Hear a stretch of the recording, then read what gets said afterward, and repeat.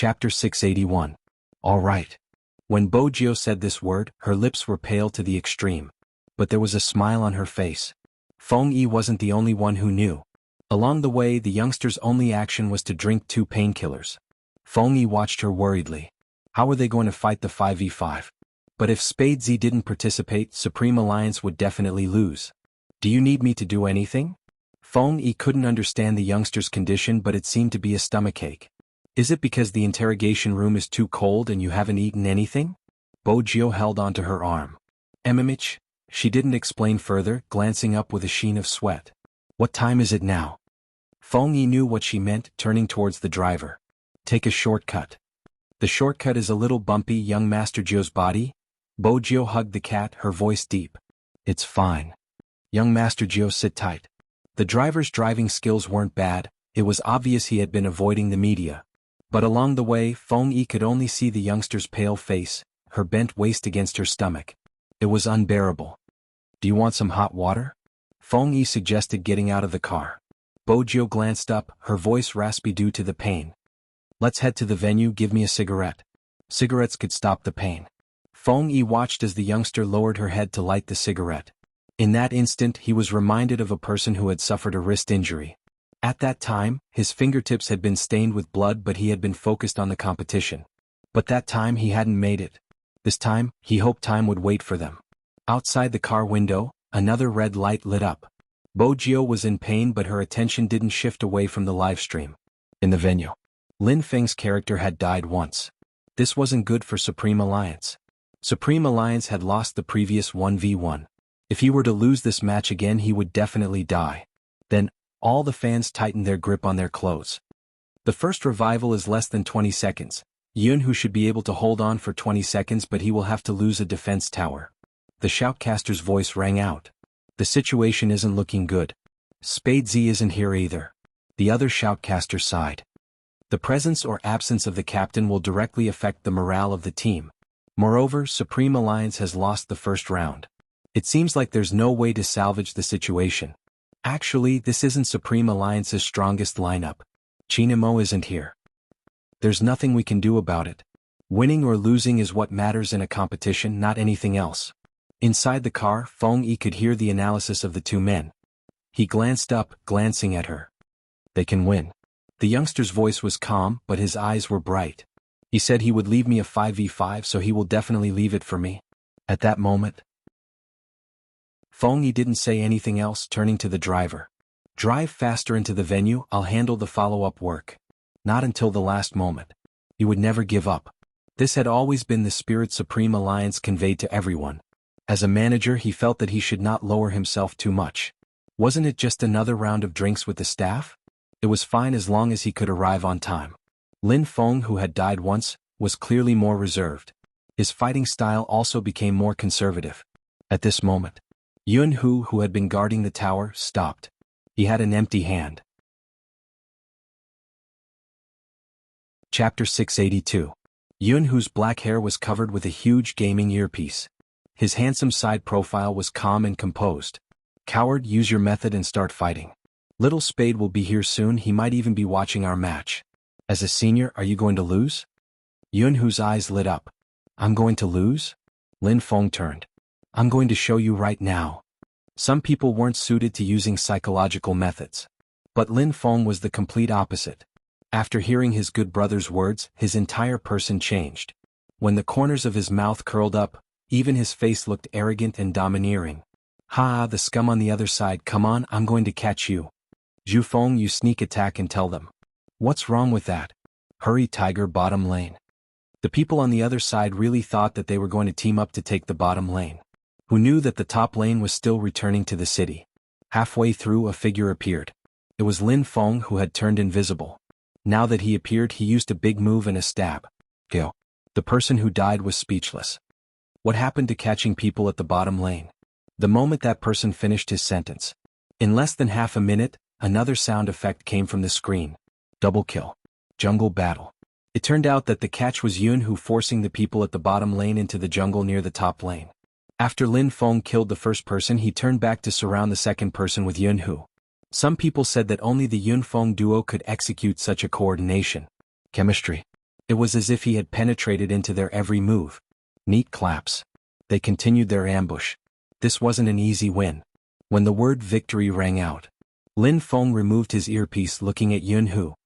Tell me, how am I a coward? I don't know how domineering I am. Yunhu stood up. At first he didn't say anything. Instead he reached out and pulled the guy in front of him into his arms. He smiled faintly, but it was filled with black-bellied intent. Amish, you are so handsome I can't describe it.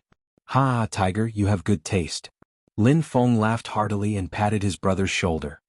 Our 10 years of friendship is because you speak the truth. You must maintain this advantage. The opposing team also took off their headphones and asked the person beside them, is he usually like this? Always. I really didn't expect that I would be killed twice by such a person. My condolences. Don't underestimate someone with a low EQ. The couple's fans looked at each other. Would such a slow person have any bones left after meeting Yunda? However, none of this mattered now. The important thing was that it was a draw with 1 win and 1 loss. Now it all depended on the 5v5. Everyone turned their attention to the dueling area. There was one person missing. If the contestants on the list didn't show up, the match would be automatically judged as the winner. 30 seconds passed. There were no changes to the seats on the opponent's stands. The commentator sighed regretfully and was about to pull the microphone over. There was a swoosh sound. The door swung open. The cameras focused on the youngster they were most familiar with. That person, one hand pressed against the wall, his thin lips pale but his voice was clear. I choose assassin with jungler skills. The equipment in the esports arena was very advanced. Usually, there would be voice recognition equipment. The moment the youngster finished his sentence, a line of words appeared on the big screen along with the sound effect. Chapter 683. In an instant, the crowd was filled with cheers. Every Spade fan was looking at the youngster walking towards the arena. Lin Feng smiled too. Only the other 4 members near the youngster paused. Feng Shang stuttered, "Oh idol, why your face?" Bojio's face was so pale that even her lips were affected. Shui Yaoyao noticed the youngster's movements after sitting down, her eyes filled with worry. She still remembered how painful it had been the last time His Highness Zhou had been like this. As a girl, she knew very well that some people with menstrual cramps could even faint when their relatives came to visit. This wasn't an exaggeration.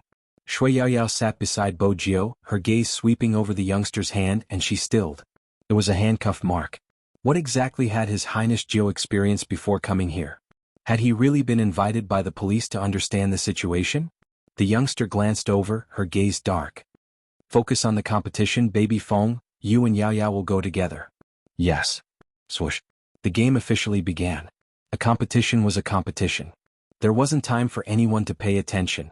But even so, the opposing team noticed Bojio's abnormality. This is a chance. Kill Spade Z, Roger.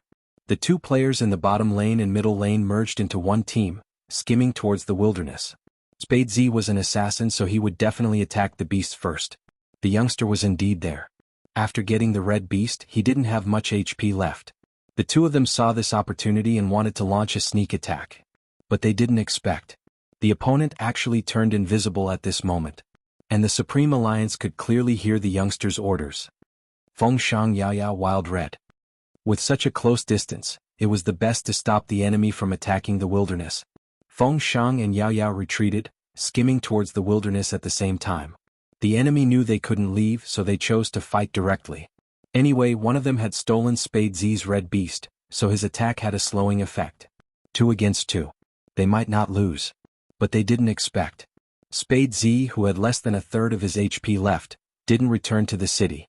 Instead, he hid in the bushes, and when the battle started, he stabbed over. Go. He had forcefully obtained the first clear of the battle. Feng Shang and Yaoyao didn't have much HP left.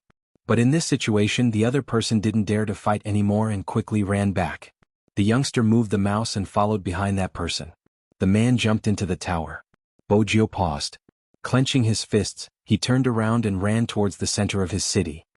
Why didn't you cross the tower to kill him? What a pity. How is he going to cross the tower with that kind of HP? Besides, Spade Z probably doesn't have any big moves left and the opponent isn't low on HP. He'll be the one dying if he crosses the tower, bro.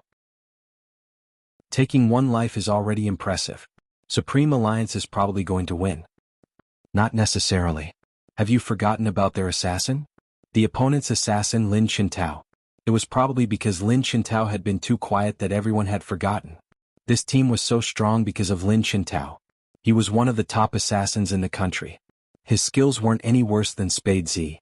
In the next second he returned to life to Supreme Alliance. Not only did he succeed in killing Coco, he even stole the blue beasts in Supreme Alliance's jungle. Chapter 684. This match is going to be tough for Supreme Alliance. Everyone knows Lin Chintao's assassin is getting better at the later stages. I'm curious, is Spade Z's assassin better than Lin Chintao's? It seems like this isn't just a battle between teams, it's also a battle of the vice-captain's ability. It's here again. Lin Chintao killed another person. It's 2-1, no, it's a tie. The moment Lin Chintao's blade landed, Spade Z immediately took his second life. Just like that, the two of them started to retaliate. Lin Chintao was quiet because he could see the youngster's discomfort. In fact, he had been anticipating this match before the start of the competition. Ever since he had teamed up with Little Spade on the Japanese server. He had been itching for a huge battle. But when the match started, the youngster didn't appear. Until the 5v5 when he sat in front of the computer with a pale face. Lin Chintao knew this wasn't the match he wanted. But when the youngster took his first life, Lin Chintao smiled. He broke into a smile. The best way to respect your opponent is to give it your all. Little Spade, regardless of how uncomfortable you are, this is a competition, I won't be merciful. Go. The third life. To a game character with low HP, an assassin like Lin Chintao was a nightmare. On Supreme Alliance's side, everyone except for Bo Jiao and Shui Yaoyao had died once. Supreme Alliance is indeed in trouble, the shoutcaster said. The other person tilted his head. That might not be the case, the number of kills is clearly the same. Haven't you noticed? The shoutcaster's eyes dimmed. Since the start of the match, Spade Z hasn't even had the time to fight in the jungle. With the reminder, the other shoutcaster reacted. You mean Spade Z's teammate? Other than Lin Chintao, there's Tianjing, his killing partner. On Supreme Alliance's side, Lin Feng and Yun, who have already appeared in the 2v2 and north of Yin Mountain, is in the 1v1. As for the rest, who do you think can stop Tianjing? No one. In other words, the outcome of this match had already been decided. Before the semi-finals, there had never been a match as long as this one. Be it Lin Chintao's team or Supreme Alliance's team, the previous team battle had been exceptionally swift. Today, however, it was dragged out a little longer. In the end, both sides only had one defense tower left, and the rest was the city. At this moment, life and death became crucial. Of the two teams, only Spade Z and Lin Chintao hadn't died. When the pain came, Bo Jiao's fingers paused for a moment. But it only paused for a moment. Then he led his troops to the top of the road. Shui Yaoyao, who was waiting to be revived, looked at the youngster's hand. Her wrist moved along with the mouse, rubbing against the mouse pad again and again. How much it hurts? Shui Yaoyao didn't know. However, she had seen His Highness Jiao's pain. He was very clear in his heart. How was the youngster holding on? At this moment, the camera panned to her face. At this moment. Only then did people notice that the young man's expression seemed a little off. Pale lips and sweat on his forehead. No matter how handsome his side profile was. It was also heart-wrenching white. Lin Feng stood up and turned to look at Feng Yi. Chapter 685. What exactly had he been through? No one knew. Some of Spade Z's fans started to panic. However, they knew very well that any excessive noise at this time would affect the youth's performance. It's here. The real battle between the two assassins. Lin Chintao stood in front of the city, his long spear behind him, his robe fluttering. Wait a minute, it isn't just Lin Chintao, there's also Tianjing. In that instant, everyone's heart was clenched. It wasn't realistic for Spade Z to turn back. But it was obvious that the youngster had no intention of turning back. The only thing left in those extremely black eyes was the other party's city. 1v2. It's a 1v2 now. You mean to go head-on? This is Supreme Alliance's only chance, the others haven't revived yet. As long as Spade Z wins, we can take down the city. But it's impossible to win 1v2, that's Lin Chintao and Tianjing. Wait a minute, what's that? On the screen, Spade Z leaped to the side, but instead of attacking Lin Chintao, he dodged into the bushes before stabbing towards Tianjing. Due to the speed, no one could see the youngster's movements clearly. All they could see was the silver gleam on the youngster's uniform. The screen was filled with silver and everyone couldn't help but suck in a deep breath. 3. 3,000 knife cutting. That's Almighty Qin's 3,000 knife cutting. In the past, there had been Qin fans who had looked down on Spade Z and tried to pull him into a CP. At this moment, even they were stunned. 3,000 knife cutting. The reason why it was called 3,000 knife cutting was because of the perfect combination of assassination angle and maneuvering. When killing, the speed was so fast that it created a visual illusion. The movement couldn't be seen, only the flash of silver. Even the movement of his sleeves seemed to carry an invincible aura. Beautiful. Even the shoutcaster couldn't help exclaiming. The next moment the music started playing. KO. Tianjing fell heavily to the ground. The silver gleam hadn't landed. The youngster's fingers clicked. It was a rhythmic movement. She waved the mouse, tilting it to the left, forming an arc of attack. Lin Chintao did not retreat. Instead, he welcomed the attack with a big move. The youth began to move beautifully again. But this time, Lin Chintao spoke up. Let's die together, little spade. Double kill. When these two words flashed across the screen, people didn't even have time to be surprised. The youngster's hand seemed to have missed. The last drop of HP was also wiped out by the minions that came out. This was the first time since the game started. This was the first time people had seen a young man die in battle. The two commentators also paused for a moment. What he did just now. There's something wrong with his technique. He must have been affected by his body. In other words, if it wasn't for his discomfort, Spade Z could have taken a step back, recovered some HP and attacked the city. When the young man uttered the word home, Lin Sanju's eyes widened. Everyone felt their breaths tighten. Supreme Alliance was annihilated. Meanwhile, the three of them had already been revived. Shui Yaoyao gripped the mouse tightly. 1918, it was too late. With 4 seconds left, the enemy had already brought his troops to Supreme Alliance's city center. Shui Yaoyao ran out. Just then, there was a crisp and piercing sound effect. Chapter 686. Failed? Supreme Alliance, lost? The sound in the esports venue seemed to have been blocked by something. Everyone stopped what they were doing. Their eyes stared blankly and their expressions were blank. Shui Yaoyao had just revived, her fingers still in a charging position. But it was too late. The words dimmed. Shui Yaoyao's heart felt empty. The youngster's handsome side profile was still imprinted on the screen, the fringe on his forehead damp from the sweat, covering his eyes. Other than his thin lips and nose, all his expression was covered by his silver hair. However, people couldn't erase that scene from their minds. Because the youngster had never looked like this. The corners of his mouth were no longer curled up, the white cat was still nestled beside his hand, looking a little dazed. Supreme Alliance, lost? They still couldn't believe it. Especially when they saw the youngster. Every Spade Z fan couldn't help but reach out to cover their lips. They were afraid they would cry.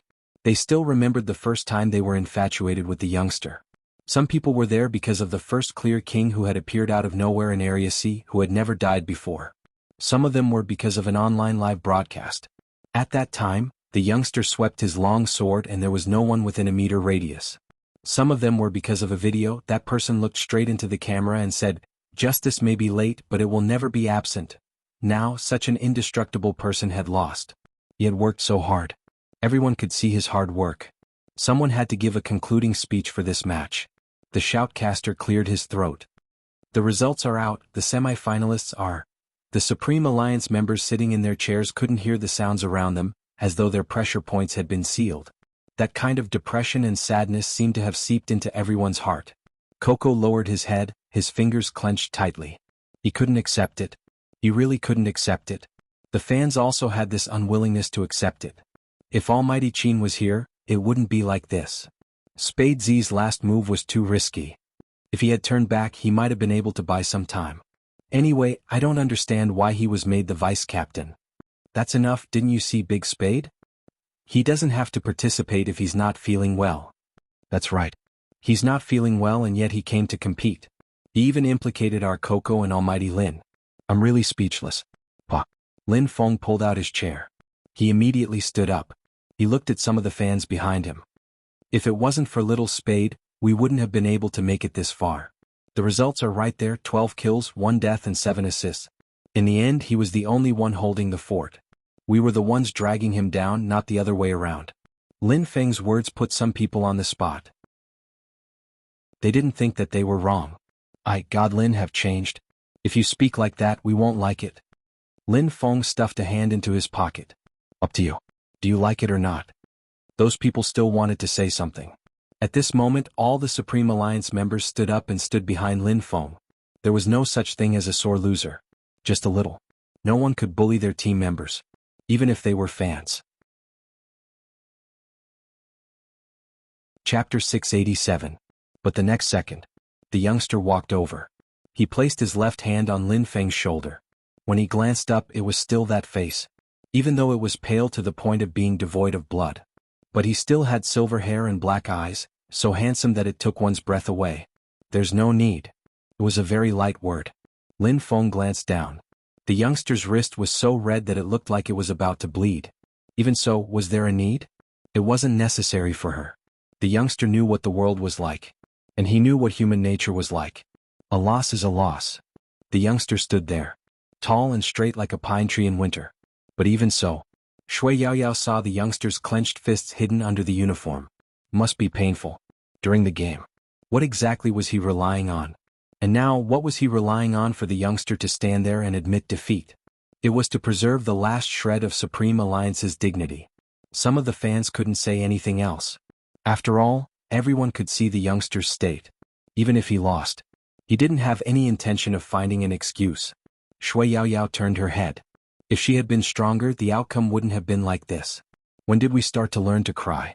When did we feel sad, wronged, and disappointed? When did we learn to force the tears back into our eyes and stare unwaveringly at the gazes coming from all directions? There was a type of growth that always made people wear armor and not fear the darkness. It was because they believed that they would see the light one day. The ceremony always had to end perfectly. The youngster represented Supreme Alliance. He had to go up and shake hands with the other team's captain. Right at this moment. Clang. The door was pushed open. A tall and slender figure strolled over from the light of time. The members of Supreme Alliance froze the moment they turned around. That person had a handsome face that everyone present was familiar with. His chiseled side profile carried a coldness that was as sharp as a blade. The combat uniform he was wearing made him look like a commander from Star Trek. The white gloves on his hands fit perfectly without leaving any gaps. It was a name. Shouting it out would make people feel powerful. That was the kind of existence he was.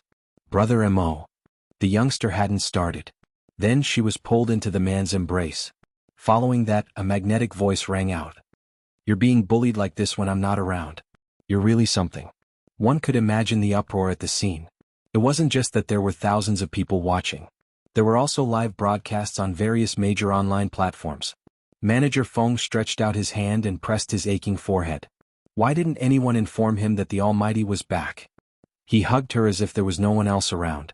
How many questions would he have to deal with this afternoon? The Almighty was really stirring up trouble the moment he came back. However, this was also good. Sometimes he really didn't know how to comfort little Spade. He had seen a lot of things, but when he faced the youth, he always felt that he was not a high school student. Unlike the Almighty, it seemed that no matter what the youth looked like, in front of him he was a little brother who should be pampered. Bojo didn't feel like she was being bullied, but because of the Almighty's scent, she couldn't help burying her face into his chest. Chapter 688. As a single person, Lin Chintao hadn't expected to witness such a scene during a handshake. He coughed heavily. Hey pervert Qin, at least show me some respect. Qin Mo arched a brow, glancing over and reaching his right hand out. Lin Chintao was about to start chatting when Qin Mo interrupted him calmly. Qin Mo interrupted him faintly. I watched the 5v5 livestream just now. Your method of killing isn't bad. Lin Chintao froze. Was pervert Qin praising him? Was it going to rain red? Qin Mo continued, 2 against 1, where's your integrity as the top assassin in the country? Lin Chintao. Wait a minute, who said that heroes couldn't be 2 against 1? Everyone was 2 against 1. Besides, it didn't matter how many people there were in a team battle, one shouldn't be afraid and just fight. Why was it that when it came to him, 2 against 1, it was shameless? On the screen, Lin Chintao's expression was deep. Qin Mo didn't give him a chance to express his thoughts, releasing his hand, his tone casual but bloodthirsty. I will return the favor in the future. Lin Chintao. No, Almighty, be reasonable, didn't I just kill your little Spade once? But now, where's your integrity? Where's your bearing? What an exciting scene. The shoutcaster was needed to smooth things over even though the handshake wasn't that exciting. Yeah, it seems like this failure has ignited Qin Mo's competitive spirit. This might not be a bad thing for Supreme Alliance. But it's a pity that Supreme Alliance didn't enter the semi-finals. Everything has come to an end. Come to an end? Aha, old song, have you forgotten? According to the rules, there will always be a revival match. Of course, only one team has the right to participate in the revival match, and that is the team with the most MVPs. Look at Spade Z's results. Even if he lost, his total score is still higher than the winning team. Supreme Alliance still has hope of entering the National League. As long as they can win 3 matches, they will be revived. Of course, it won't be easy. According to the previous years, they have to defeat all the top 10 teams in the country, so it will be difficult to win completely. No matter what, there is still hope. This was the first time Bo Jio heard of such a competition. She arched a brow and asked Qin Mo, "Revival match?" "Yes." Qin Mo glanced sideways, his breath caressing her ear. "So it doesn't matter, even if we lose, we can still win." Bo Jio placed a hand on her abdomen, her lips pale. Finally, there was a smile in her eyes. Lin Chintao. The two of them were whispering. Was no one going to stop them? Knowing that they still had a chance to participate in the competition, everyone in Supreme Alliance couldn't hide their excitement. Even some fans felt the same way. He was so excited that he wanted to rush out and run a few rounds.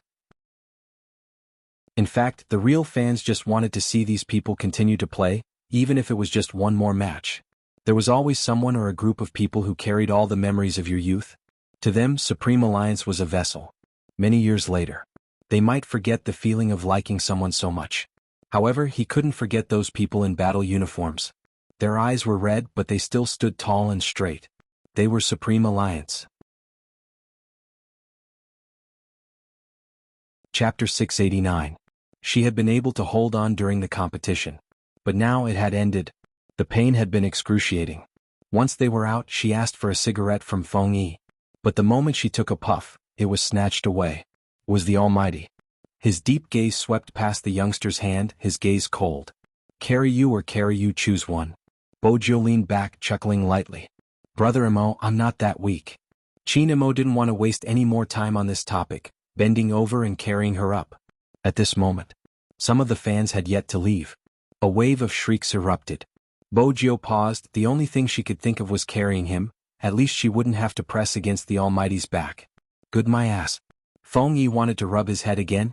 He could predict that the number of calls he would receive would increase tenfold. How was he going to explain?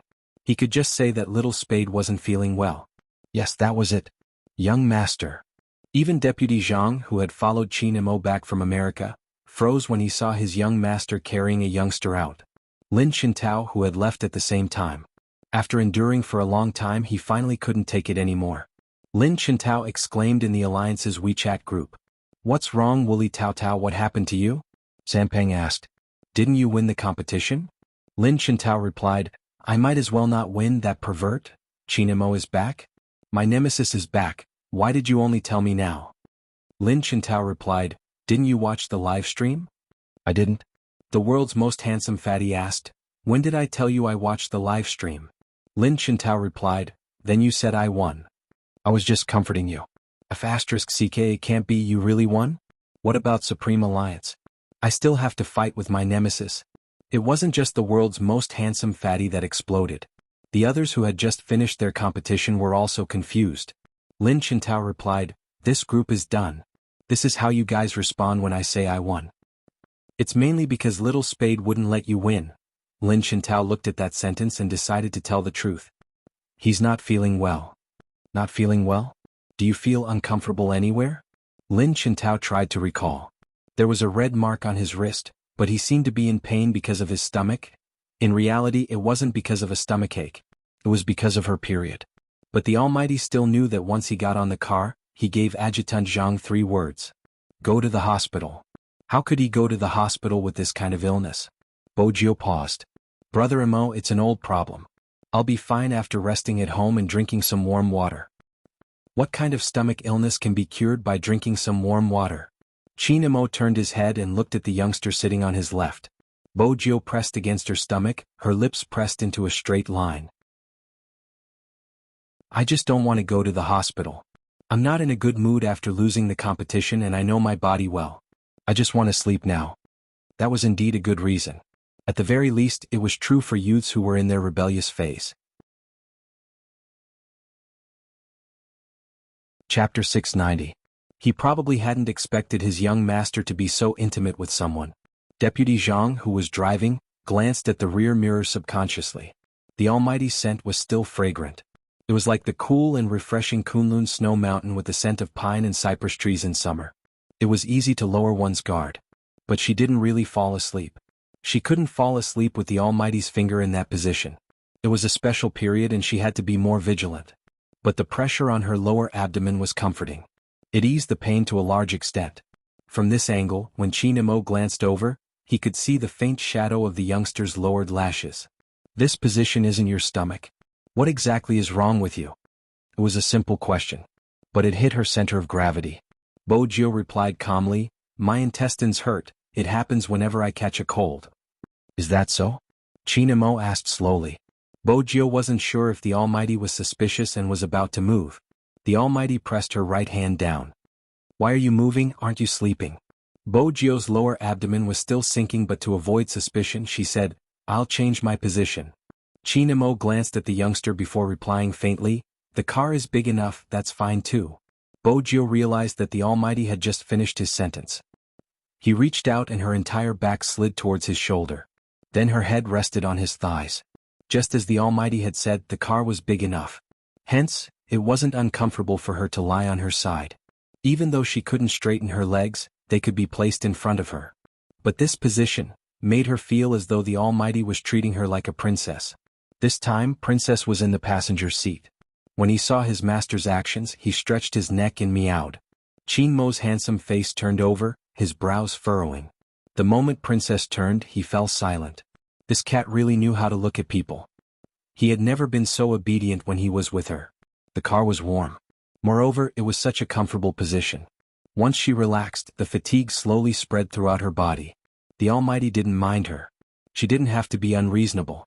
It wasn't every day that she had the chance to sleep on the almighty's thighs. The main thing was that if he closed his eyes, at least he wouldn't have to answer the almighty's questions. Moreover, there were very few times like this. Only she moved. The almighty would lower his eyes. His features were extremely handsome, and his entire body gave off a sense of abstinence. Bojio watched the face that was inches away from her. She had the urge to take the almighty home and raise him. The pain in his lower abdomen was slowly alleviating. The speed of the car was also very moderate, neither too fast nor too slow.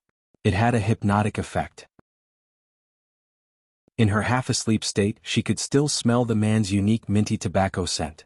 Instinctively, she shifted her face towards a warmer spot. Chinamo lowered his head and looked at the youngster's pale and colorless side profile. His gaze moved to the circle of red marks, and even his breath became colder.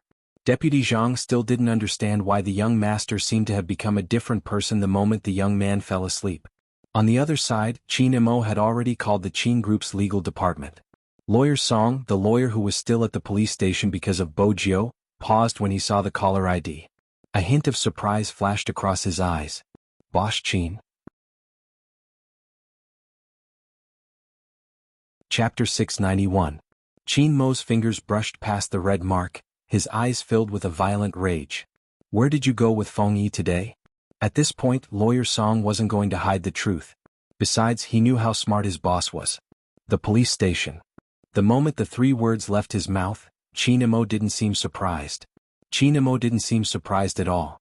Instead, he asked the second question, who kidnapped my brother? Lawyer Song paused. It was Miss Wu. According to her, young Master Jio is related to a crime squad case. The higher-ups ordered her to arrest the suspect, which is why she conducted an interrogation. Interrogation? Chinmo's voice was icy. Since when did the crime squad conduct an interrogation in a normal police station? This isn't normal. Why would Huang Zhong allow such an arrest? Lawyer Song retreated a little, shaking his head. Director Huang doesn't know. Good, very good. When Chinamo said those three words, his eyes were cold. Go and find out who gave Wu Zhen the convenience to arrest people as she pleased. Lawyer Song hesitated. What about the Wu family? Find them all. Chinamo lifted his lids. He looked indifferent, but anyone who met his gaze could feel the coldness from the bottom of their hearts. Lawyer Song knew Boss Qin was going to be ruthless. But was the young master of the Bo family that important? So important that even boss Qin had to take action against the Wu family? It was obvious Qin Mo wasn't just going to take action against the Wu family, he was going to do it personally. Go to the Wu family. Qin Mo hung up the phone. His fingers slid across the youngster's wrist as he casually said 3 words. But those who were familiar with him knew. The more nonchalant Qin Mo was, the more dangerous he was. Deputy Zhang couldn't help asking, "Are we going just like that? Should we bring old master in along? Do you think it's appropriate to bring my grandfather along?" Qin Mo countered. Deputy Zhang immediately fell silent. Even though she wasn't in a deep sleep, Bo Jiu couldn't hear clearly what they were saying. She just knew someone was talking. She buried her face once more. The burying attracted all of Qin Mo's attention, even though he had a thought that shouldn't be happening at this moment. But when he looked at the face nestled between his legs, he really wanted to. He really wanted to do something to the young man in the car. And he really did that. The car entered the tunnel. All the light is covered. In the light, Qin Mo lowered his head, his thin lips kissing the youngster's wrist with the red mark. It was impossible not to be seen. Deputy Zhang's eyes widened in shock.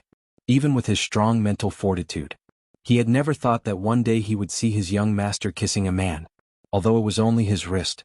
But the doting look in his eyes was real and it was frightening. The hand holding the keyboard couldn't help but break out in a cold sweat.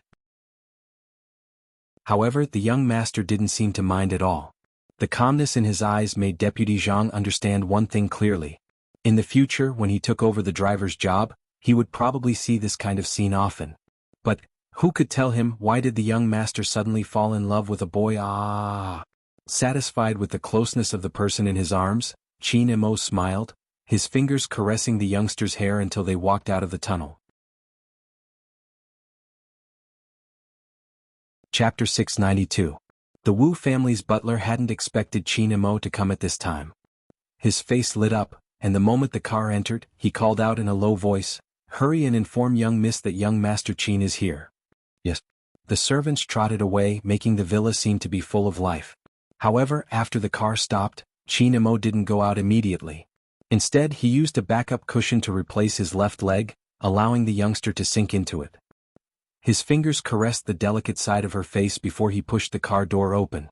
Qin Mo, who hadn't changed out of his uniform, looked like an interstellar commander straight out of a comic. Those who hadn't seen him before stopped in their tracks and turned to look at him. Courtesy before force had always been the Qin family's style. Hence, there wasn't a hint of anger on Qin Mo's face. That wasn't all. The corner of his mouth still had a faint smile on it. The more old Master Wu looked at him, the more he liked him. He held on to his dragon-headed walking stick, the smile spreading across his face. "Little Mo, why are you here today? I heard from your grandfather that you went overseas to recuperate. Why are you back so soon?" "I wasn't supposed to be back today, but fortunately, I'm back today." Qin Mo's voice was calm. "If not, I wouldn't even know if my people were caught." Old Master Wu stilled. "Caught? Who would dare to catch someone from the Qin family?" Old Master Wu didn't understand the reason behind it.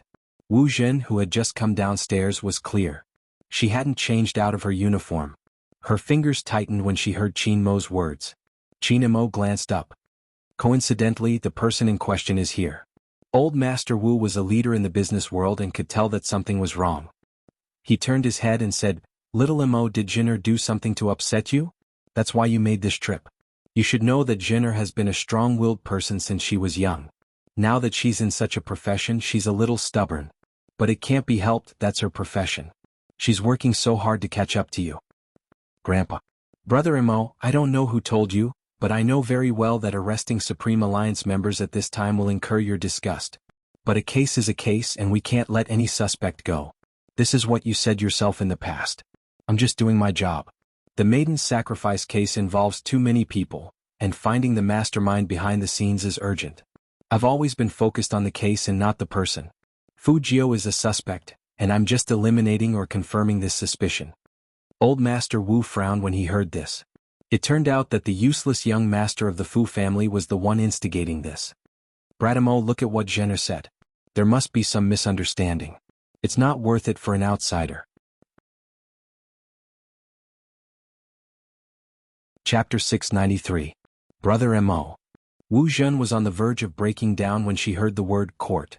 She had never expected him to do this to her. It was all because of Fujio. Wu Jun wanted to chase him back. But it was useless. The servant stood there watching the scene in a daze. No one knew what had happened. She just wanted Wu Jun not to run so fast. Wu Jun pointed at the servant and told her to scram. When he went out again, he only had time to see the arc of the Hummer. She couldn't take it. She didn't care about the age of the person beside her and kicked. "You blind thing, don't you know how to stop him?" The auntie, who was usually in charge of cooking, couldn't take Wu Jun's kick. She clutched her stomach in pain. Wu Jun's unwillingness and resentment stemmed from within. Old Master Wu's heart ached for his granddaughter. All right, if you can't stop him, you can explain in the future. But Brother Amo doesn't listen to me at all." Wu Jun wiped her tears. "Grandpa, I can't go to court. You have to help me." Old Master Wu patted Wu Jun's shoulder. "Don't worry, Grandpa won't let you suffer. That brat Amo was obviously instigated. But you too, why did you have to mess with Supreme Alliance at this time?" Of course, Wu Jun wouldn't tell Old Master Wu that it was all because of her jealousy. This was because she could no longer stand the fact that all the information that person sent out was about the young man. Even his expression wasn't his usual self. What right did that scheming gay have to get all of this? Why couldn't she? She never watched esports competitions, but she specially watched today's match. When that gay lost, she felt an unprecedented sense of satisfaction. Everything was in line with her expectations. The fans questioned the gay's qualifications to be the vice captain. But there was one thing. Wu Jun thought she had lost the competition. That gay's position in Brother Mo's heart would be lowered. But she never expected Big Brother Mo to blame it on her. Spade Z was good at pretending to be wronged. Wu Jun clenched her fists. If a person was so important to Brother Mo, all the more reason for her to think of ways to get rid of this person. "Grandpa, we have to talk to Grandpa about this." Wu Jun lifted her head. "The young Master Fu who is contacting Brother Mo isn't a good person." Old Master Wu was naturally on his granddaughter's side. Moreover, the Yin family needed to mediate the matter in court. "Don't worry, Grandpa will go find your grandpa in a while. I won't let you suffer." Perhaps people were like this, never considering their own mistakes. Those people always like to hurt in the name of love. Moreover, he would not feel that he was wrong. Unless they get what they want, the whole world is letting them down. It was obvious that Wu Jun was such a person. She wouldn't think about how she had framed Bojio, she would only use her own thoughts to guess others. However, there was one thing that she did not know. Bojio didn't care about her. Lying in the car, her abdomen was still hurting, so she didn't sleep well. She probably knew that the Almighty had gotten out of the car once and came back, but it wasn't real. However, when she opened her eyes, the car was slowly driving into the best hospital in Jiang City. Chapter 694. This doesn't seem to be my home. Bojio turned, her brows arched. Qin Mo's hand was still on the youngster's furry head, his cold aura unchanged. "I'll send you home after the examination." There really isn't anything to examine. Bojio decided to be honest. "Fine, I really don't have a stomach problem. I was caught all of a sudden and wasn't wearing enough clothes. Coupled with the fact that I was being interrogated, I'm a little nervous." Qin Mo glanced over, his voice slow. "The person interrogating you is better than me? How is that possible?" Bojio smiled faintly, her complexion starting to recover. Qin Mo glanced at the youngster. "You weren't nervous when I was interrogating you. Why are you nervous when someone else is interrogating you? Do you believe that?" Bojio, trap. The Almighty was tricking her again. "Be obedient." Qin Mo pinched the youngster's neck as though he was pinching a cat. Then he pushed the car door open. Princess didn't want to be involved in human discussions, especially when his master was disciplining someone. Bojio glanced at the nonchalant cat face. She sat in the car without moving. "I'm fine. Are you forcing me to carry you down?" Qin Mo arched a brow, looking suave. Bojio repeated, "I'm really fine. Tell me, what illness could have healed so quickly?" Qin Mo glanced at the youngster. Bojio smiled devilishly. "Lovesickness. Ever since Brother Mo went to America, I've been having it every day. That's why I recovered the moment I saw you." Cough. Deputy Zhang's face flushed bright red. So, it wasn't just his young master that had a problem. The youngster he was taking care of seemed even more. Qin Mo tilted his head, glancing towards the source of the voice, his voice calm. "Deputy Zhang. I'm here." Qin Mo closed the car door, his gaze deep. "Get out first." "Yes." Deputy Zhang reacted quickly, alighting the moment he finished speaking. Only the two of them were left in the car. Only then did Qin Mo pull the youngster over. He lifted the youngster's chin with his fingers and smirked. Lovesickness? Bojio knew she had gone too far. Their breaths were too close, so close to each other that she could hear their heartbeats clearly. It wasn't easy to escape from this situation. Hence, she shifted the topic to the Almighty. Before Brother Mo left, you said you had something to tell me. You were so secretive and made me lose my appetite. Every day, I would wake up wondering what exactly you wanted to tell me. Also, Brother Mo, can you stay away from me? Being too handsome will affect my thinking. Qin Mo watched as the youngster spouted nonsense with a serious face. His fingers slid across her fair cheeks, and there was a soul-stirring depth in his eyes that one didn't dare to look at directly. I really want to know what I'm going to tell you. And? You did want to. After all, it was rare to see the Almighty hesitating about something. But Bojio hadn't expected that person's aura to be so close to her. The clear fragrance of the herbal tobacco hit the back of her ears. Even the sound of the heartbeat was very close. Every beat was agitating her, making her feel an indescribable sense of danger. Just as Bojio was about to move. Look at me. Qin Mo lowered his lids, his fingers caressing her lips. Chapter 695. Qin Mo took a deep look at the youngster. He didn't see any impact on that handsome face. His fingers tightened before relaxing. Sure, but there's one thing. What? Bojio was still thinking about her boyfriend. Qin Mo's lips were right beside her ears. If I find out you're avoiding me, things won't be as easy to talk about. Bojio. Almighty, there isn't much to talk about right now. Mainly, Brother Mo, let me digest the sudden confession. Qin Mo replied faintly, it wasn't sudden. Mamich? Bojio wiped her lips again. Qin Mo reached out to stop her, his tone nonchalant.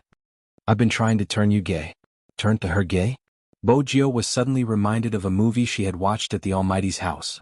There had indeed been calcium tablets. Had the Almighty been trying to turn her gay? From the looks of it, it didn't seem to be working. When Qin Mo said this, he frowned. He was obviously serious. Bojio didn't know how to comment on this.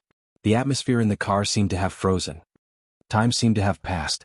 Qin Mo dialed Deputy Zhang's number. When Deputy Zhang entered, he sensed something different about the youngster. With a glance, he could see the bite marks on his lower lip. He had been bitten. Deputy Zhang's fingers froze. He must have been thinking too much. That wasn't possible. But the thought was quickly overwhelmed by his young master's next words. What's wrong with your mouth? It's only a kiss. Deputy Zhang. Bojio didn't reply. Qin Mo lifted her chin, his fingertips caressing it. Where's the ointment I gave you? Oh. Bojio was obedient. Actually, she wasn't obedient, she was a mess. Boyfriend. Qin Mo arched a brow. Apply it when we get back. Oh. Boyfriend. When Adjutant Zhang heard the conversation in the back seat, he had the urge to jump out of the car. They finally reached the Fu family's mansion. The quiet youngster. Just as they were about to alight, he pressed his young master against the car window. Deputy Zhang was confused. Qin Mo chuckled. He looked at the person who would never just defend. His gaze deepened. What do you want to say? There is indeed one thing. Bojio lifted her lips, her eyes dark. Brother Mo, I won't be down there, so it's better for you to consider carefully. She couldn't be the Almighty's boyfriend since they were of different genders. Oh, Qin Mo replied, inching closer to the youngster. His left hand held onto her waist, and with a forceful push, he pressed against her inner thighs. Strands of hair fell down, his gaze dark and filled with aggression. I've thought about it carefully. If you don't behave, I can tie you up. What do you think? Because of the Almighty's action, Bojio froze. She realized that in certain aspects she wasn't his match. The blazing temperature could be felt even through the uniform. This was completely different from the man's indifferent and ascetic aura. Even the Almighty looked at her as if he was looking at a sacrificial offering. Chapter 696. Bojio shivered, widening the distance between them. That was when she realized what she had thought would be an aggressive move. But when her reflection was reflected in the rearview mirror, it felt completely different. Especially when the Almighty's hand was placed on her waist. It was as though she was throwing herself into his arms. Qin Mo followed her gaze and caught the scene in the rearview mirror. He smiled. If it's this position, you can be on top in the future since your waist is so soft. Bojio wasn't used to this topic. She inhaled deeply, her gaze clear. Brother Mo, I'm really straight and will always be so. There's nothing permanent in this world. Chin Mo's gaze deepened. You don't have to give me an answer now. Bojio looked at him. But I'm not suitable to be your boyfriend. I said you don't have to give me an answer now. Chin Mo turned, opening the door for the youngster. His handsome face was a little blurry. We'll talk after the revival match. Bojio thought about it, that was the only way. She alighted the car and entered the villa. The black Hummer slowly disappeared from her sight. It was still a mess. The Almighty had tried to turn her gay. Turn her gay? She was a girl. Oh. Bojio threw herself onto the bed. She was tired and her stomach felt stuffy. But she couldn't sleep. Indeed, she couldn't sleep. Probably because she wasn't used to it. After taking care of Princess for a few days, she suddenly felt empty. But Bojio knew that wasn't the main reason. The main reason was the breath that lingered in her mouth and the lingering heat on her long legs. That was the main reason. Her heartbeat hadn't recovered. It seemed as though she could only close her eyes. The image of that handsome and abstinent face as well as his aura when he approached her, seemed to be able to seep into her every cell. Bojio sat up, her silver hair falling down, revealing her perfect side profile. The Almighty was gay. But how was she going to tell the Almighty? She wasn't even a boy. In the past, Bojio hadn't thought about it. But now that she thought about it, the Almighty had always been repulsed by girls. He was indeed gay. Besides, the Almighty had a cat. Didn't someone say that before? At least 8 out of 10 men with cats are gay. The situation was really... Bojio reached out to caress her hair. What if she told the Almighty her secret? She was a girl. The Almighty would probably kill her. Perhaps he could try cross-dressing in front of the Almighty. He had to influence them subtly first. It would be better to drag it out until after the competition. The Almighty liked her in men's clothing. But she knew very well that she was not a boy. The twilight outside the window dyed the earth red bit by bit. Vaguely the temperature dropped. Deputy Zhang, who was in the car, didn't dare to turn around to look at his young master's expression. But listening to those words just now, young master's confession seemed to have failed? Adjutant Zhang knew very well that ever since he was young, he had always been able to get whatever he wanted easily. This time, Deputy Zhang glanced at the rearview mirror. Only then did she realize that Chin Mo's posture hadn't changed since the beginning. His black fringe fell down, covering his eyes. No one could see his expression. Desolate.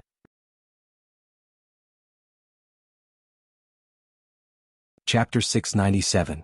Don't go home, go to Grandpa's. A deep voice came from the back of the car. Assistant Zhang snapped back to his senses and turned the car around. Supreme Alliance's failure would always bring about some side effects. He Honghua had been on a business trip, but after watching the video, her first reaction was to go home. Of course, when they were discussing a collaboration, they looked at the team with more potential. The moment she saw the results, she apologized to He Honghua and chose Fu Zhongyi. At that moment, He Honghua's heart had been gripped by the youngster in the video. Without further discussion, she had brought her team back to Jiang City. Losses were unavoidable. To everyone, the word loss was not something that could be easily forgotten. Even when she closed her eyes, she was still staring at her wrist. She still wasn't strong enough. At the Feng residence, Feng Yi was still on the phone. Fortunately, that person's return had diverted the media's attention to a certain extent. Many of the fans were in low spirits. Even the Supreme Alliance members were the same. Lin Yun's family was very close. It was so close that Lin Feng arched a brow when he saw the figure sitting in front of the computer after his shower. He didn't use the main door, instead he opened the window and followed the railing to the balcony before knocking on that person's window.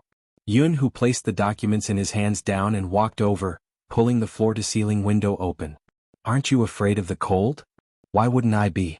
I'm freezing to death. Lin Feng supported himself with his arms and jumped up. Hurry, towel, my hair is still wet. Yun, who watched him. The collar of his t-shirt was pulled wide, the water from his black hair dripping onto it, making him look even fairer. Yun, whose eyes dimmed, tossing a towel over. Unfortunately, a certain someone didn't understand the principle of keeping a distance between men. He wiped his hair roughly and laid on the bed, looking extremely playful.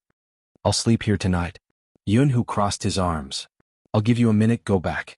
Don't be so petty, Lin Feng muttered. We haven't slept together in a long time. Yun, who arched a brow. Don't we sleep together in school? One above and one below, it doesn't count. Lin Feng sat up. He still looked handsome. I'm not dirty. Why are you complaining? Besides, I know you're in a bad mood today. I'm here to comfort you. Yun, who looked at the person who had never cared about anything since he was young but would jump in front of him at the crucial moment. For some reason, his heart softened. In the courtyard, there was no lack of fighting. He still remembered that this guy once saw him surrounded by people. It didn't matter if he was the one who hit the other or the other. He threw his backpack on the ground and pounced on the other party. In the end, his face was covered in bruises. You're not allowed to bully Wuxia. Scram. As long as he thought of that person's appearance at that time, Yun, who couldn't help but laugh. You're really not leaving? Lin Feng was very determined. I'm not leaving. Sure. Yun, who turned his handsome face over. You should know that I can't control myself when I'm asleep. Lin Feng thought for a moment and asked in a low voice, you still haven't gotten rid of your habit of having wet dreams the moment you fall asleep? Yun, who glanced at the man, his gaze deep.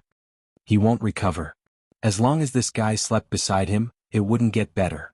This matter had to start from when they were 16 years old. That day, Yun, who was obviously drunk and couldn't control himself when he attacked a certain someone. Yun, who could still remember the expression on that person's face at that time. It was just a light kiss and his entire body had stiffened like a dumpling. He had looked at him as though he was looking at bacteria. That gaze was still fresh in his memory. He was afraid of the estrangement when he woke up the next day. The moment he opened his eyes, Yun, who asked calmly, did I do anything yesterday? That person glared. You don't remember? I remember I had a dream. The calmer Yun, who was, the tighter his grip became. He watched as that person heaved a sigh of relief. You scared me to death. Fine, you just had a wet dream. I'll just treat it as a form of friendship. My first kiss is gone, f***c. However, everything was an excuse.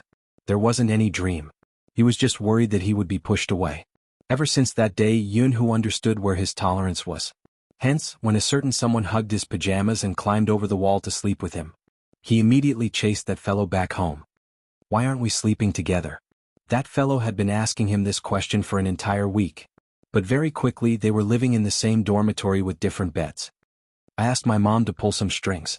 Why did you have to do so well in your exams? I crammed for a month before I managed to catch up. Now that we're in the same dormitory, let's celebrate. Shall we go overnight? That day, a certain someone was in the internet cafe, leaning on his shoulder and sleeping soundly. At that time they had opened the first version of Hero. Hence, he didn't want to lose. I'll say this first, you can have wet dreams but don't touch me. Lin Feng tilted his head. I'm ticklish. Yun, who reached out to extinguish the light. This isn't easy to control. F***ck, think about it, I'm a man sleeping beside you, my thoughts would definitely be smaller. Lin Feng turned over. In an instant. The two handsome faces were extremely close to each other. Yun, whose eyes were on him. Lin Feng felt inexplicably uncomfortable. I have experience in this area, it'll be fine if you don't always think about girls. You have experience? What experience? Yun, whose voice suddenly turned cold. Who did you dream about? Lin Feng shook his head. Not yet, I haven't found a girlfriend. Why was he so fierce? Yun, who shut his eyes, his nose straight. Sleep, there shouldn't be any dreams today. Are you not in the mood after losing the competition? Lin Feng heaved a long sigh. Me too. If Little Spade wasn't around, Supreme Alliance would have lost even more miserably.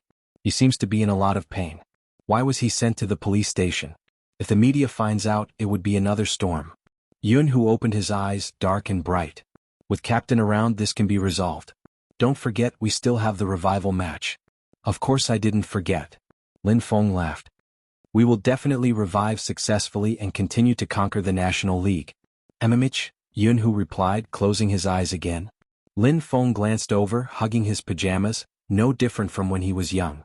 The corners of his mouth were still curled up, and he didn't realize that the person next to him would kiss his handsome face after he fell asleep. How much gentleness was there in this world? How much was there to kick him when he was down? Ever since Shui Yaoyao entered the Jiang family, she hadn't heard the laughter in her ears. She and the Jiang family had always been incompatible. The Jiang family was in the entertainment industry and had more banquets than other wealthy families. Shui Yaoyao didn't know how her mother adapted. Just by sitting there. Shui Yaoyao felt a little tired. It was probably because she had lost the competition. That was why she was like this. Now, the moment she closed her eyes, the image of the youngster's left hand with a bloody wound appeared in her mind, 1 against 2. Those accusations. That person shouldn't have to bear it. If only she had been revived a little earlier. If she had revived earlier, the outcome would have been different. She knew that when she entered this industry she was prepared to be loved and scolded. But she didn't understand. What was wrong with the youngster who had worked so hard and had never lost? Shui Yaoyao lowered her eyes and put something in her mouth, her mind clearly not on this. But there were also people who Han Susu knew. They chuckled softly. It's just a competition, it's fine if you lost. Why are you so pathetic? Cinderella has woken up from her dream, her only way out is gone, how can she not be pathetic? You don't know the loser young Master Fu who argued with us because of this person was splashed with coke by his fans. He is so unpopular, how can he be the vice captain? It doesn't make sense for such a person to be the vice captain. Stop talking, be careful, our Yao Yao will flip out. The few of them laughed as they talked. They were like this because they knew that the fatty wouldn't do anything in such an occasion. However, it was obvious that they were wrong this time.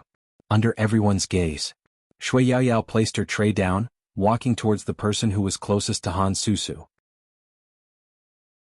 Her voice wasn't loud, but it was loud enough for everyone to hear. People like you don't understand how good that person is. Since you don't understand games, please shut up. The person paused, seemingly angered by Shui Yaoyao's actions. He opened his mouth. What is this? She really flipped out. I think a young miss like you should learn from a young age, don't gossip about others behind their backs. Supreme Alliance's win or loss has nothing to do with you, my Geo situation has nothing to do with you. When Shui Yaoyao said this, she obviously didn't care about the things she shouldn't say or the things that would put her mother in a difficult position. Because she couldn't protect that person in the competition, she had seen with her own eyes that the youngster had shouldered everything with a pale face. Outside the competition, she didn't want to hear anyone slandering the youngster. Jiang Zhua had been standing at the side, his hand still holding a glass of wine. When he heard Shui Yaoyao's words, he paused, his gaze empty. Mother Shui hurried over, pulling Shui Yaoyao to the side. I want to move out. Shui Yaoyao looked at Mama Shui. Mom, this place isn't suitable for me. I know that Uncle Jiang brought me here because he wants our family to be harmonious. If reporters find out that I'm living outside, they'll definitely write some nasty things. This time I won't tell anyone. Mother Shui paused, she was experienced and had suffered. Yaoyao, this is the first time I'm hearing you say no, isn't it important? The person you defended just now. MMH. Shui Yaoyao wanted to tell Mother Shui that he was the person who had allowed her to return to school, but she had promised the youngster not to say anything. Mother Shui laughed. Someone you like? Shui Yaoyao blushed, this was a huge misunderstanding. She wanted to explain. Mother Shui fished out a stack of money, stuffing it into Shui Yaoyao's hands. You can move out, take this money. Mom, Before Shui Yaoyao could finish her sentence, Mother Shui cut her off. Mother Shui cut her off. It's not the Jiang family's money, it's the money from the previous stall. You've grown up, don't think that I don't know about you running every day to lose weight. I'm living quite well with the Jiang family now, and your Uncle Jiang treats me very well. You don't have to worry about me here, just buy whatever you need to buy. I've watched the video of your competition, my daughter looks really beautiful in the uniform. Mom? Shui Yaoyao couldn't help but reach out, hugging the warm person.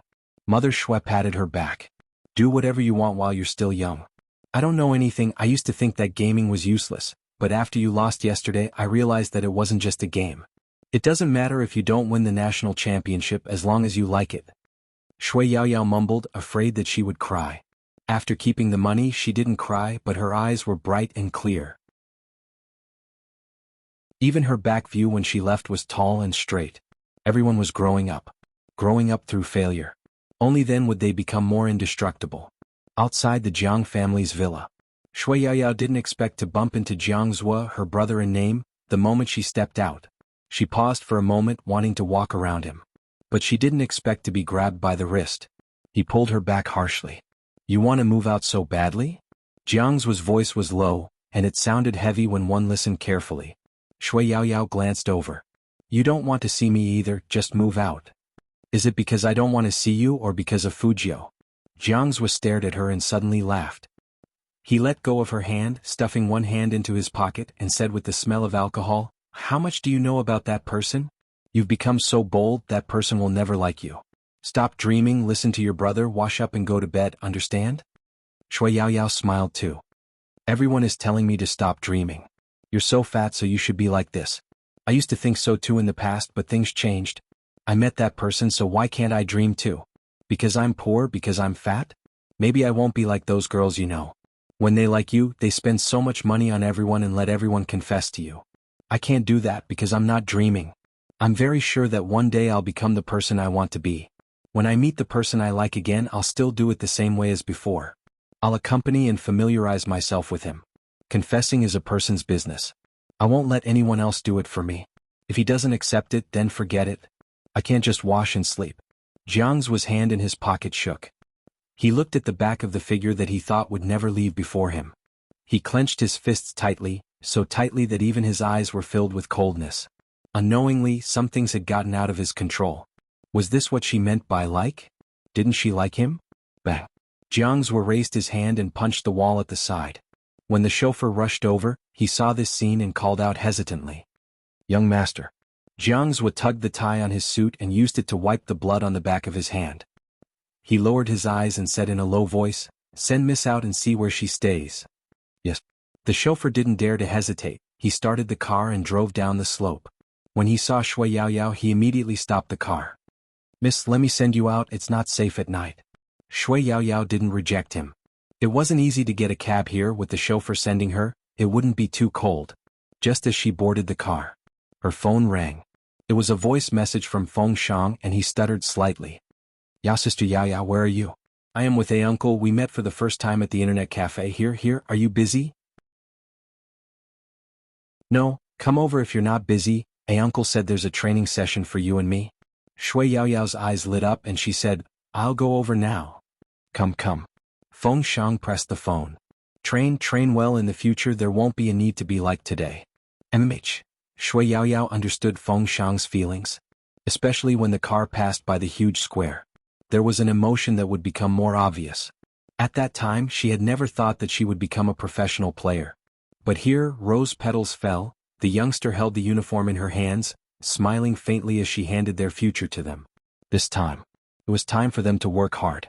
The internet cafe was still bustling with business. Shui Yaoyao pushed the door open and walked in. Uncle Ian had a cigarette in his mouth, still looking decadent and handsome. "Hey, you're here, let's begin." Everything was the same as the first time they met. Everyone didn't change. Instead, they were even more certain of their future direction. The night deepened a few degrees. The villa in the south of the city. The lights were brightly lit. Old Master and was undoubtedly happy. After all, he only had one grandson. He got someone to prepare a table full of dishes. When Chinemo ate, he didn't act any different from usual. After the meal, the grandfather and grandson played chess. When the chess piece landed, Chinemo opened his mouth. "Grandfather, I'm going to make a move on the Wu family." Old Master An's fingers paused. "Make a move on the Wu family?" "Yes." Chinemo lifted his lids. He had always been respectful to the elderly. "I came to inform grandfather in advance. If there are no accidents, they will come to grandfather's place tomorrow. I don't want grandfather to hear any false rumors. I can tell grandfather first that no one is trying to sow discord. Wu Zhen's actions are enough for me to send her to court. My attitude won't change. I hope grandfather won't stop me when the time comes." Old Master and looked at his grandson and let out a long sigh. "Wu Zhen likes you too much." I have never given her any response. Even in front of his grandfather, Chinemo didn't have the slightest intention of backing down. "There is no love in this world that can be achieved by hurting the most important person to me. What I am doing now is a legitimate retaliation." Old Master knew he couldn't persuade him, so he didn't say anything else. After the age of 6, his grandson didn't follow him anymore. He knew some things had to be left to the younger generation to handle. Even if he personally liked Wu Zhen, he couldn't. But such a lifelong matter couldn't be forced. On the Wu family's side, he would think of another way. Old Master watched his grandson who was playing chess with him. "This child, other than being angered in America when you were young, you don't have any expressions at all when you grew up." Chinemo glanced up. "When I was young." "When you were 5 or 6, have you forgotten?" Grandpa seemed to have thought of something funny. He stroked his beard and laughed. "At that time, you were often pressed under the girl in the next room. You couldn't even move. You even said that when you became a police officer, the first person you would arrest would be her." Chinemo thought for a long time, but it was still a blur. Old Master shook his head. "Seems like you really forgot." When she left, you were sad for a long time. Sad? Chinamo didn't comment. Grandpa smiled and said, I just don't know where my old friend moved to. But the Bo family is so strange. They never stay in one place for a long time. Bo. Chinamo paused because of the family name. Old Master arched a brow. What? Did you remember something? No. Chinamo just remembered Z's surname, which was Bo. If they didn't talk about the Wu family, there would be fewer conflicts. After leaving the villa, Chinamo glanced at his phone. It was empty, there was nothing on it. The profile picture on his WeChat was also very quiet. Perhaps he should give the youngster some time. Because once he opened his mouth, if it was a rejection, he wasn't sure what he would do. Chinamo thought about what the youngster had said today. Brother Imo, I'm straight and I will be in the future. Wasn't he straight as well? But he would be crazy to fall in love with such a person. The next day, the sun shone down on her body, warming her. Bojio didn't go anywhere. Firstly, her relative hadn't left. Secondly, there wouldn't be any competitions for the next 7 days. She could rest and do some cover-up work. She knew that Wu Zhen hadn't found anything. If there was any concrete information, the crime squad wouldn't have done it. He was trying to find a reason to lock her up in there. If there was a second time, it would be troublesome. Hence, she gave her partner a call. Be my defense lawyer in the future and I'll give you a piece of information regarding your ex-wife. Speak. Lawyer Bai wasn't a long-winded person, which was one of the reasons Bojio admired him. The information shows that you have a 5-year-old child. Thank you for informing me so early. That 5-year-old child is in my law firm now. He asked me to stay away from his mother. The man tugged his tie, narrowing his eyes at the child in front of him. Bojio smiled. Congratulations, we'll talk another day. If she didn't hang up now, how long would she be waiting for? After she was done with all this, when she was free, that handsome and abstinent face appeared in her mind again. She shook her head, glancing at the mirror. The wound on her lips hadn't healed. Even though it was thin, she could feel it with a single lick. She wiped it with the back of her hand instinctively. The youth's entire body also leaned backwards.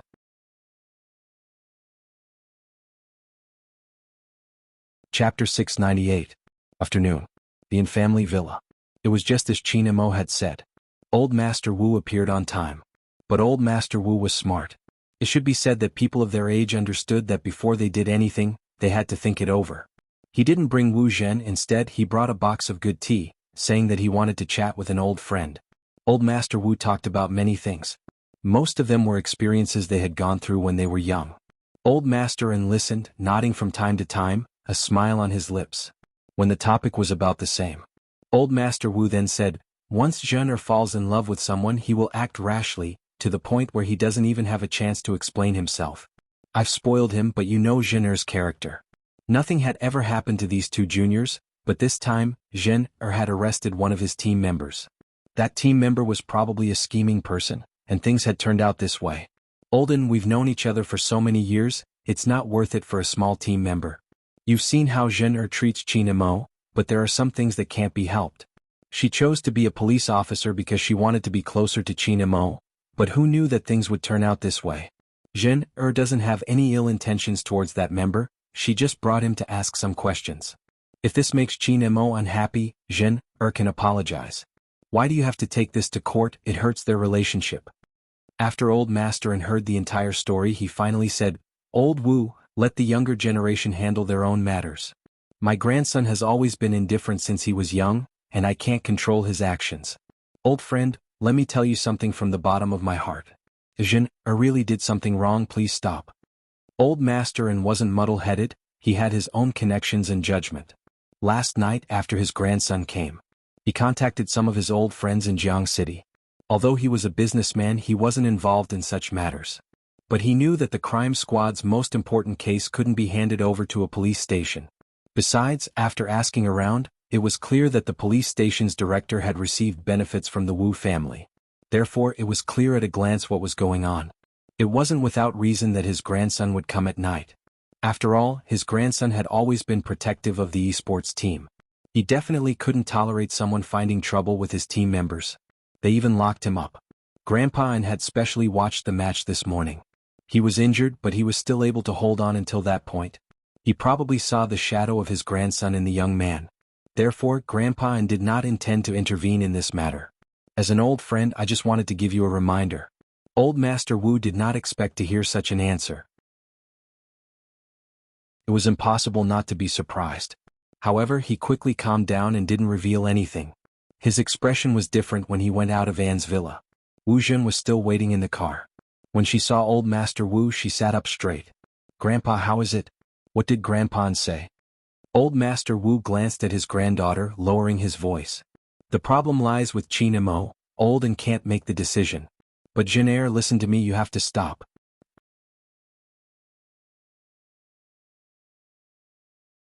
Chapter 699. Old Master Wu couldn't bear to see his granddaughter in such a state. He shut his eyes. "Do you know why Grandpa wants you to stop? If your grandpa and helps Qin Mo investigate the details of your mission this time, it won't be as simple as going to court. Your grandpa An's attitude is clear now.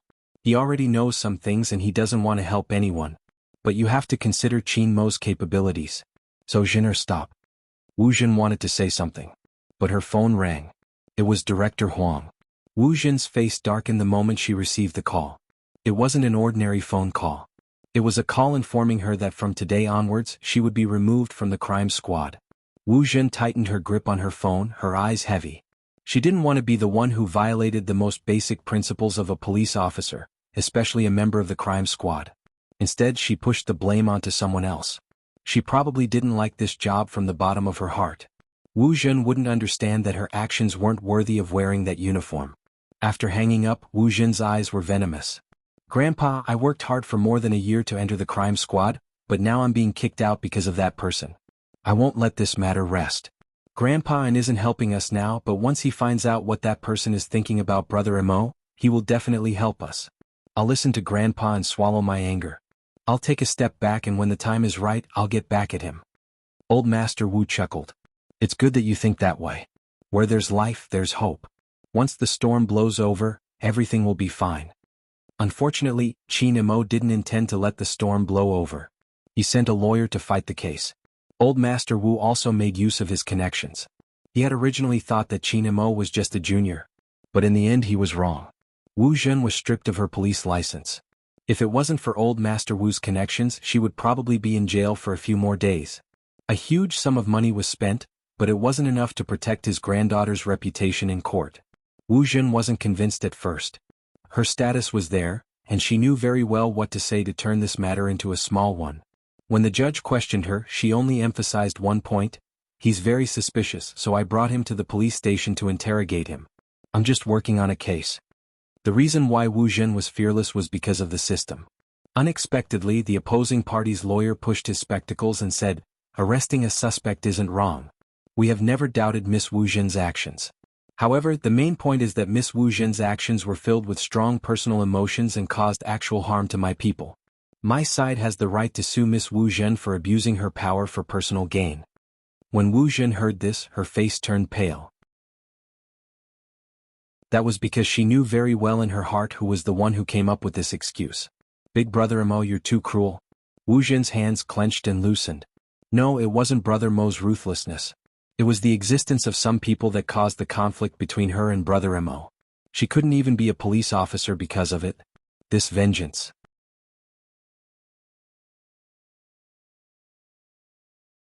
Chapter 700. The traffic outside the window changed and the temperature started to change. Ever since the semi-finals, Bo Jio hadn't shown her face. This worried Feng Shang, the money player in Zone C. He decided to sneak out when Feng Yi wasn't paying attention. His destination was the Fu family's mansion. Feng Shang was prepared to sacrifice himself to comfort his idol.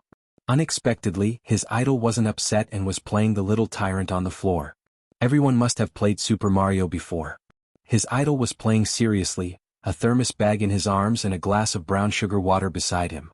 Feng Shang glanced at the glass of water. "This is. I knew you were coming, so I cooked it for you. It's cold outside, so it'll warm you up." The youngster placed the handle of the game on the floor, a devilish smile on her face. Feng Shang was touched, holding the glass of brown sugar water with both hands. "Idol, how did you know that I like to drink sugar water?" Bo Jio glanced up at the ceiling. She had overestimated her baby Feng's intelligence.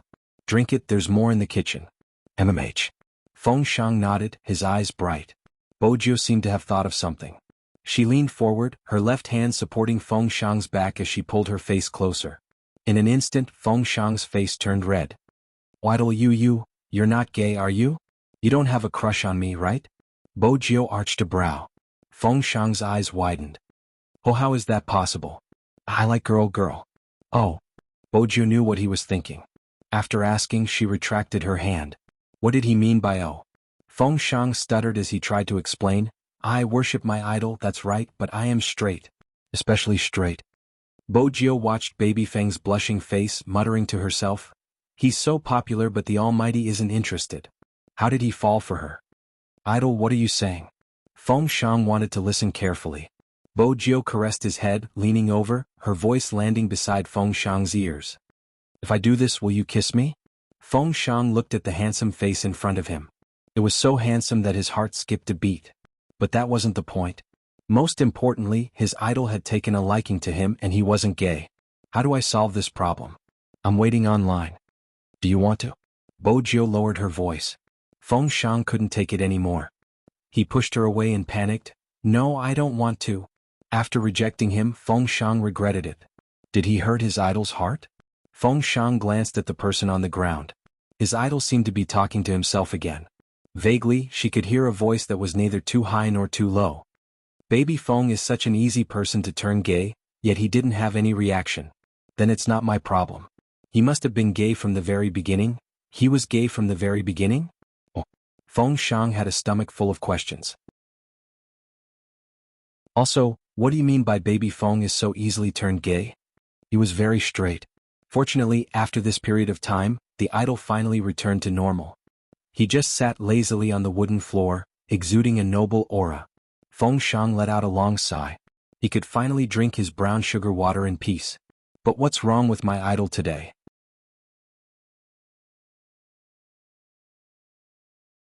Chapter 701. Feng Shang couldn't figure it out, hence he decided to approach from another angle. Where's the princess? At the Almighty's house. Bo Jiu switched to another game, preparing to organize her thoughts. If the Almighty had been gay from the start and had fallen for her cross-dressing, how was she going to resolve this problem? Based on the Almighty's repulsion towards girls, if he found out that the brother he confessed to was actually a girl, Bo Jiu narrowed her eyes. Would he feel cheated? Feng Shang looked at the handsome face in front of him that was like that of a vampire aristocrat. He felt that he could probably understand his idol's feelings and empathized with him. When I was young, I also had a pet. If it suddenly left, it's true that I'm not used to it. Bo Jiu glanced up. Feng Shang straightened immediately, his expression serious. It's this kind of thing, will be fine once you get used to it. Idol, you're young. Did you have other pets when you were young? Pets? When she was young. Suddenly, an image of a little boy appeared in her mind. He looked at her as though she was a germ. He was arrogant, but he was just too adorable. She had always wanted to bring him home. Especially when she had pounced on him. The little boy had looked as though he wanted to tear her into pieces. He had been too adorable. But the little boy had been obedient. When she had touched him on the keyboard, he had merely glanced at her, allowing her to experience it herself. She had even fed the little boy before. Even though he had developed an allergic reaction, he hadn't said anything, allowing her to hug him to sleep. With that in mind, she spat out 2 words. Yes. Oh? Is that a cat or a dog? Feng Shang had wanted to discuss the fun and insights of rearing pets with his idol. Bo Jiu stood up, her lips lifting into a smile. Human. Human, a human? Feng Shang jumped. How could that be considered a pet? Did his idol have a fundamental misunderstanding of pets? That night, the skies outside darkened gradually. There would always be offensive comments on the internet. Some of the club's shareholders approached Feng Yi, telling him that they had to pay attention to the image of their team members. After the loss, many people lost confidence in Supreme Alliance. There's a variety show on a satellite channel that's targeted at esports players. Xiangnan's people will be participating as well, and the duration will be 2.5 days. Not only will they be able to leave a good impression on the audience, it won't affect the revival match 5 days later. The problem now is how to convince Bosch Qin to participate. The other party is eyeing Bosch Qin's popularity. If not, Supreme Alliance wouldn't have been invited even if they had already lost. In the past, Coco would have been able to attend such events, but it's obviously not possible this time. It's a variety show that showcases the teamwork between the team members. Both of them have to participate, and it's mainly up to President Qin. I don't think it's easy to say. Everyone in Jiang City knew that young Master Qin didn't participate in any interviews, let alone this kind of variety show. Feng Yi didn't think so. On the contrary, he seemed to have thought of something, his lips curving into a sly smile. 2 people are required to participate and the journey is 2.5 days. Does it start from the moment they wake up? Most outdoor variety shows are like this. Feng Yi closed the proposal in his hands. I'll convince CEO Qin. The condition of sleeping together should be tempting enough.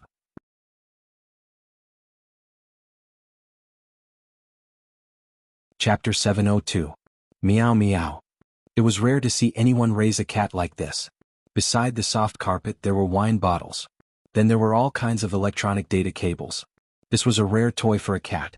But everyone knew that Princess was too fierce compared to other cats. It always thought it was a tiger. It pounced at the pile of cables but its face was too big and it got entangled. Meow meow meow. This was the scene Qin Mo saw after his shower. A cat with electronic data cables all over its body. According to Qin Mo's habit, he wouldn't care about it. With a white towel over his head, he opened the small fridge. Other than wine there was also expensive mineral water. Princess looked at her overly handsome master. She watched as he unscrewed the mineral water bottle and tilted his head back to drink. His perfect abs and black hair dripping with water were really too sexy. If that strange guy saw this, he would definitely pounce on its master. So it must protect its master. Meow. Thinking of this, Princess waved its paw again. This time the whole cat died. Qin Mo, who was standing in front of the floor-to-ceiling window, was a little careless. His dark eyes were placed outside the foggy window until the water droplets from his black hair dripped on his fingers. Then he looked away and glanced at the number that hadn't rung yet. It had been 3 days since he kissed that guy. 3 days. Not to mention showing up, there wasn't even a message. Qin Mo lifted his lids and drank another mouthful of water. This time, his actions were slightly more ferocious. A cat was a very sensitive animal. As if it had sensed the cold aura emanating from its owner's body, the princess who had broken free cleverly took a step back. Just like that, it walked proudly beside its nest. Perhaps its owner wouldn't be in such a bad mood after appreciating its handsomeness. It could be said that Princess was thinking too much. Qin Mo didn't look at it. After the phone screen lit up, he tilted his head and lit a cigarette. With his upper body bare, he pressed the answer button. Say it. One word, neither cold nor indifferent. Feng Yi was obviously used to the Almighty's style. There was still a smile at the corner of his mouth. There is a variety show on Orange Station. This station's ratings have always been the first in the country. The club's investors want CEO Qin too. Qin Mo was about to hang up when he heard that. Feng Yi was too familiar with this person's actions. He hastened his words. Simply put, there's a program that allows you to sleep with little Spade for 2 days. Do you want to participate? The air froze for a moment. Qin Mo pressed the phone against his ear again, his voice calm. Time. What time? Feng Yi was puzzled. Qin Mo pulled the towel down, covering his black hair. He looked like an ancient prince. Time to participate in the show. CEO Qin, is it okay for you to change your attitude so quickly? Feng Yi couldn't help but ask. Was he too lazy to hide now? Qin Mo blew a puff of smoke and smiled. Young Master Feng, have I been treating you too well recently? Feng Yi wasn't as naive as Feng Shang. He knew that Qin Mo wouldn't have a good ending if he called someone short.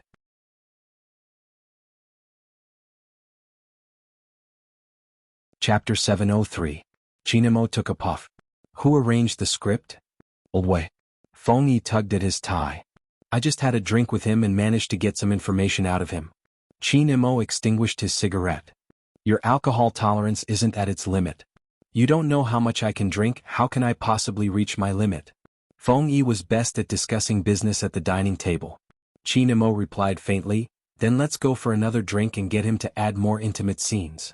Feng Yi, a request that caught him off guard. To think that it was such a request. Boss Qin, it's such a pity that you aren't an actor. Qin Mo sat down, his legs long. You flatter me. Let me make things clear, I'm here to help Little Spade gain popularity. Qin Mo arched a brow. Do you think you won't be popular with me? Yes, everyone knows you're the best in the game, you relied on your unbelievable skills to get this far. Qin Mo interrupted him. I thought I relied on my face to get to where I am now. Feng Yi, that wasn't wrong. Once the script is done, I'll agree to attend one more event, Qin Mo promised. It wasn't easy to get Almighty Qin to attend an event, it had to be done willingly. Feng Yi fastened his tie, resuming his role as an elite vice president. I'll get Old Wei to add in the intimate scenes now. Add in a lot more.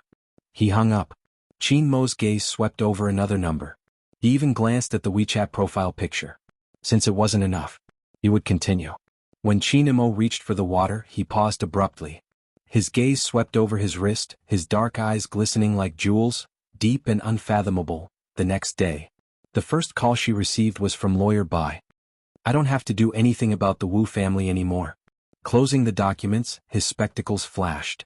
It'll probably be difficult for Wu Zhen to enter the agency again, much less stay in the crime squad. If it was a local agency, she might be able to settle it with some money, but the crime squad is still the crime squad.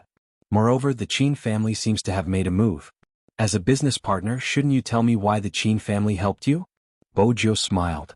I'm a member of Supreme Alliance and Supreme Alliance belongs to the Qin group. Are you satisfied with this explanation? A perfect excuse. The man crossed his legs. But, high school student, do you think I haven't seen Supreme Alliance's official Weibo? It's full of lovey-dovey.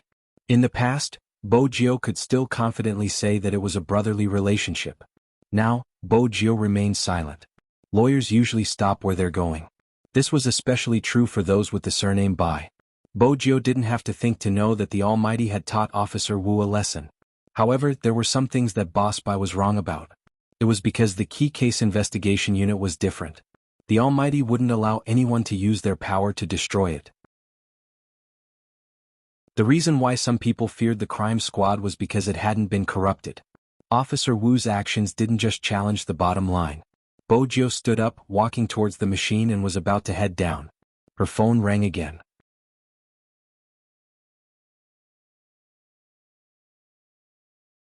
Chapter 704. Of course, Feng Yi wasn't going to tell the youngster about the program since it was arranged by the production team to make it more interesting. He smiled slyly. I'm informing you that there's a training in Lin City. Interprovincial training? Bojiu arched a brow. The experienced manager Feng had already thought of an excuse. The loss this time will affect everyone's morale. Lin City has mountains and water and is located by the sea. It will reduce the pressure on everyone. Bojiu retracted her long legs, giving up on the idea of going to the basement. When are we leaving? Today. Feng Yi raised his wrist to check the time. The company has already booked the ticket for you. There will be someone to pick you up in an hour. Pack your things and bring a change of clothes. The most important thing is to look good. Bojiu glanced up nonchalantly. Dressing up is important for training now? It's mainly because you're too popular. It's inevitable that there will be fans fetching you. Feng Yi signed a document before chuckling lightly. I don't need to remind you about your image. Bojiu sat down sloppily. Don't worry, I'll always be handsome. Feng Yi, it was no wonder the Almighty had taken a liking to her. In terms of narcissism, they were basically the same. Bring along your sunscreen. There won't be a gathering this time. Everyone will head out separately and meet at the hotel. Feng Yi wanted to say something but was afraid of leaking too much. That's all, I have work to do here. I'll hang up first. Wait for someone to fetch you. Sure. Bojiu had always been efficient. After hanging up, she opened a lollipop and placed it in her mouth before starting to pack her luggage. There were indeed some things she had to bring. Especially the chest bandage. But fortunately, it was a request for today's training. If it had been 2 days ago, she would have found an excuse to avoid it. Lin City wasn't a bad place. But that was if she didn't go swimming. With this in mind, Bojiu decided to bring a short-sleeved black t-shirt and white shorts. Even if there was a seaside event, it was safe enough. Since the temperature in Lin City was high, there wasn't a need to bring heavy clothes. But there was a little. Since it was a training, she would have to meet the Almighty. The youngster paused. According to the Almighty's style, he probably wouldn't mention it if she didn't bring it up. Based on this understanding, she would slowly pull the Almighty back. But that would take some time. This time, as long as he didn't stay with the Almighty, everything else was fine. The luggage was packed. Bojiu glanced at her reflection in the mirror. There was nothing wrong with it. Feng Yi was reliable. He said that someone would pick him up in an hour. Time would never exceed that range. But after entering the car, Bojiu realized they looked unfamiliar. I've never seen you guys in the club. Are you new people? The reason he asked that was because there was another person in the backseat other than the driver. The two of them nodded hurriedly. Yes, he's a newcomer. When he reaches Forest City, he'll be one of us. Bojo chuckled. Thank you. Not at all, not at all. I was just startled by your question, Big Spade. The two of them looked at each other and didn't dare to say anything. The car drove very steadily. Bojo wasn't a talkative person. She wore a pair of pure black earrings and stared out the window.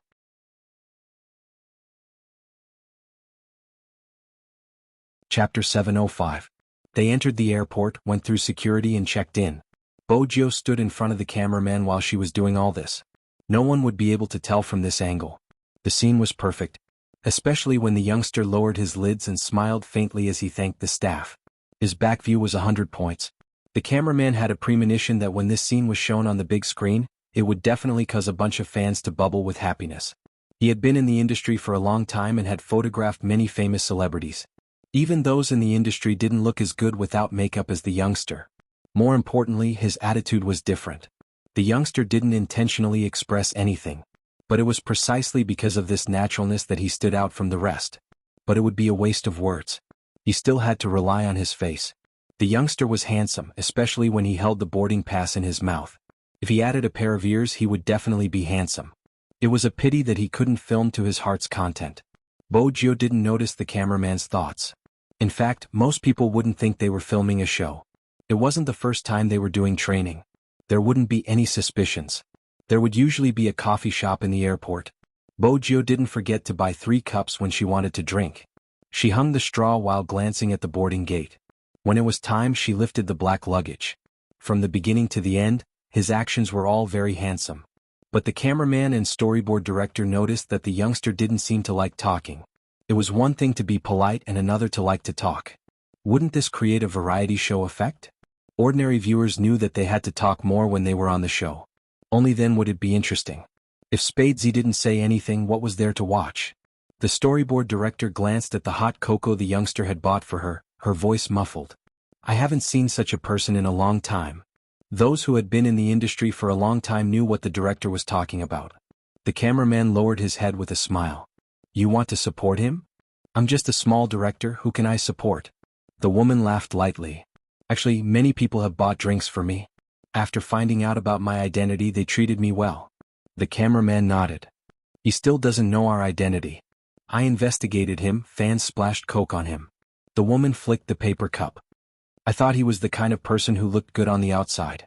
That's why people hated him so much. Turns out he's not bad. The cameraman's smile widened.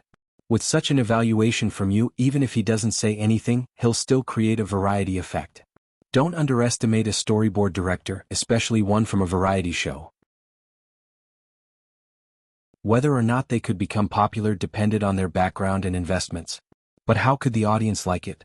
The storyboard director was an important role. The 3 of them got on the plane together. Bojo glanced at her phone.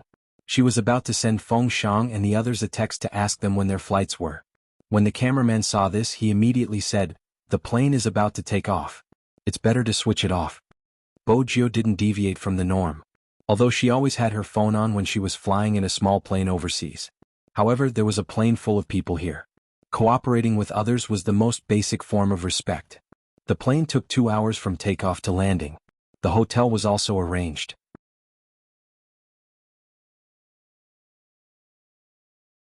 Chapter 706. This question. The cameraman choked. The storyboard director immediately added, "It's almost 11 p.m. You've been on the plane for a long time, why don't you take a break?" Sure. Bojo smiled, her handsomeness seeping into the wood. But there was a change in her gaze. Where's the training? It was another question that caught him off guard. The cameraman replied instinctively, "At the beach first." Gaming at the beach? Bojo arched a brow. Is that part of Feng Yi's training? Isn't he afraid of distracting us? The storyboard director smiled. It's to train your concentration. Bojo turned. I'm going to take a shower and rest. You guys can do as you please. The cameraman heaved a huge sigh of relief. The storyboard director glanced at him without a word, grabbing the phone from the youngster on the bed. When Bojo came out while drying her hair, she glanced at the empty bed. Her smile deepened. There was indeed a problem. But she wasn't worried about losing her phone. With the remote control, Even if someone tried to swipe her phone, they wouldn't be able to get any information. I'm a hacker after all, stealing from hackers. Bojo shook her head, a smile still on her face. But there was one thing. These two people were indeed sent by Feng Yi. She had verified it before boarding the car. Hence, the question was, why was she doing things this way? It had been a long time since she played such a game of cat and mouse. The youngster lowered her lids, blowing away her silver hair. She could play with them. The three of them had dinner together. The atmosphere had been great. In the end, the youngster suddenly said, I lost my phone and I lost it in my room. Don't you guys think it's weird? The storyboard director had expected this question. You can't have lost it in your room, right? Search again, did you forget where you placed it? All right. Surprisingly, Bojo was easy to talk to. But the next sentence was another shock. My phone has a special program. Even if someone finds it, they can't switch it off. I'll call a few more times at night. It wasn't just a few times. The storyboard director couldn't fall asleep. Even though the phone's ringtone was pleasant, it kept ringing. She couldn't fall asleep. Sir, do you still want to fight? The hotel staff blushed as she looked at the handsome young man in front of her.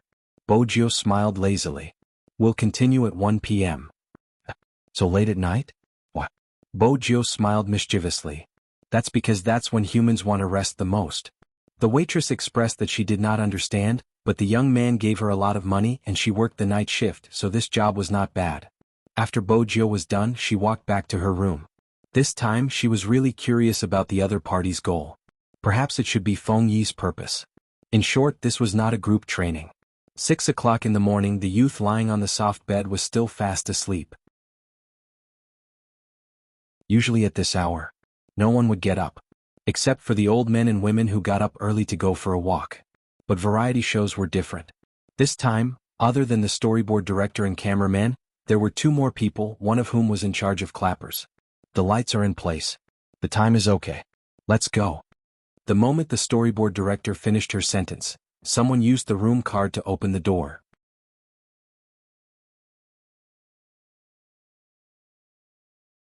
Chapter 707. Variety shows would usually launch a surprise attack like this in order to capture the appearance of some people who had just woken up. Usually this scene would have high ratings. But what happened to the surprise attack? Why did the lights in the room light up when they came in? The young man, who was supposed to be asleep, was sitting on the sofa in the middle of the room, swirling a glass of wine in his hand. He looked handsome and alluring. You guys finally made a move.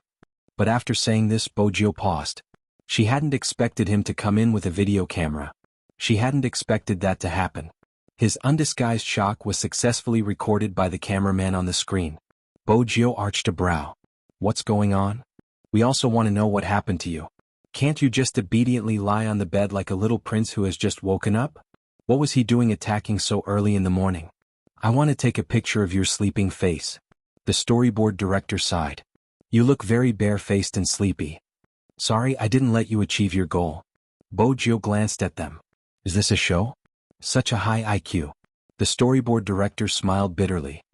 Did they discover something amiss with us and capture us? Bojo lifted her lips. Something isn't right, Supreme Alliance's logistics isn't like this. You're blaming us? The storyboard director didn't appear on screen. She stretched out her hand, holding a mission card. Bojo opened it and scanned the words on it.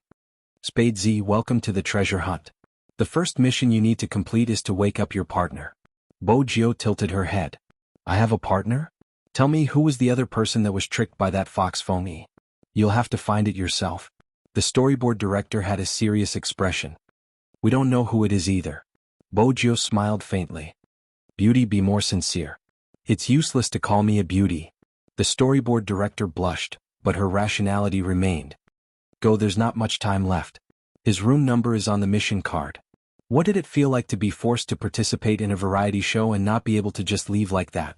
That was how she felt right now. She had thought it would be a game of cat and mouse, but it turned out that it was all Manager Feng's tricks. Now think. Who was the other person who had been fooled? The Almighty was the first to be excluded. The reason was simple.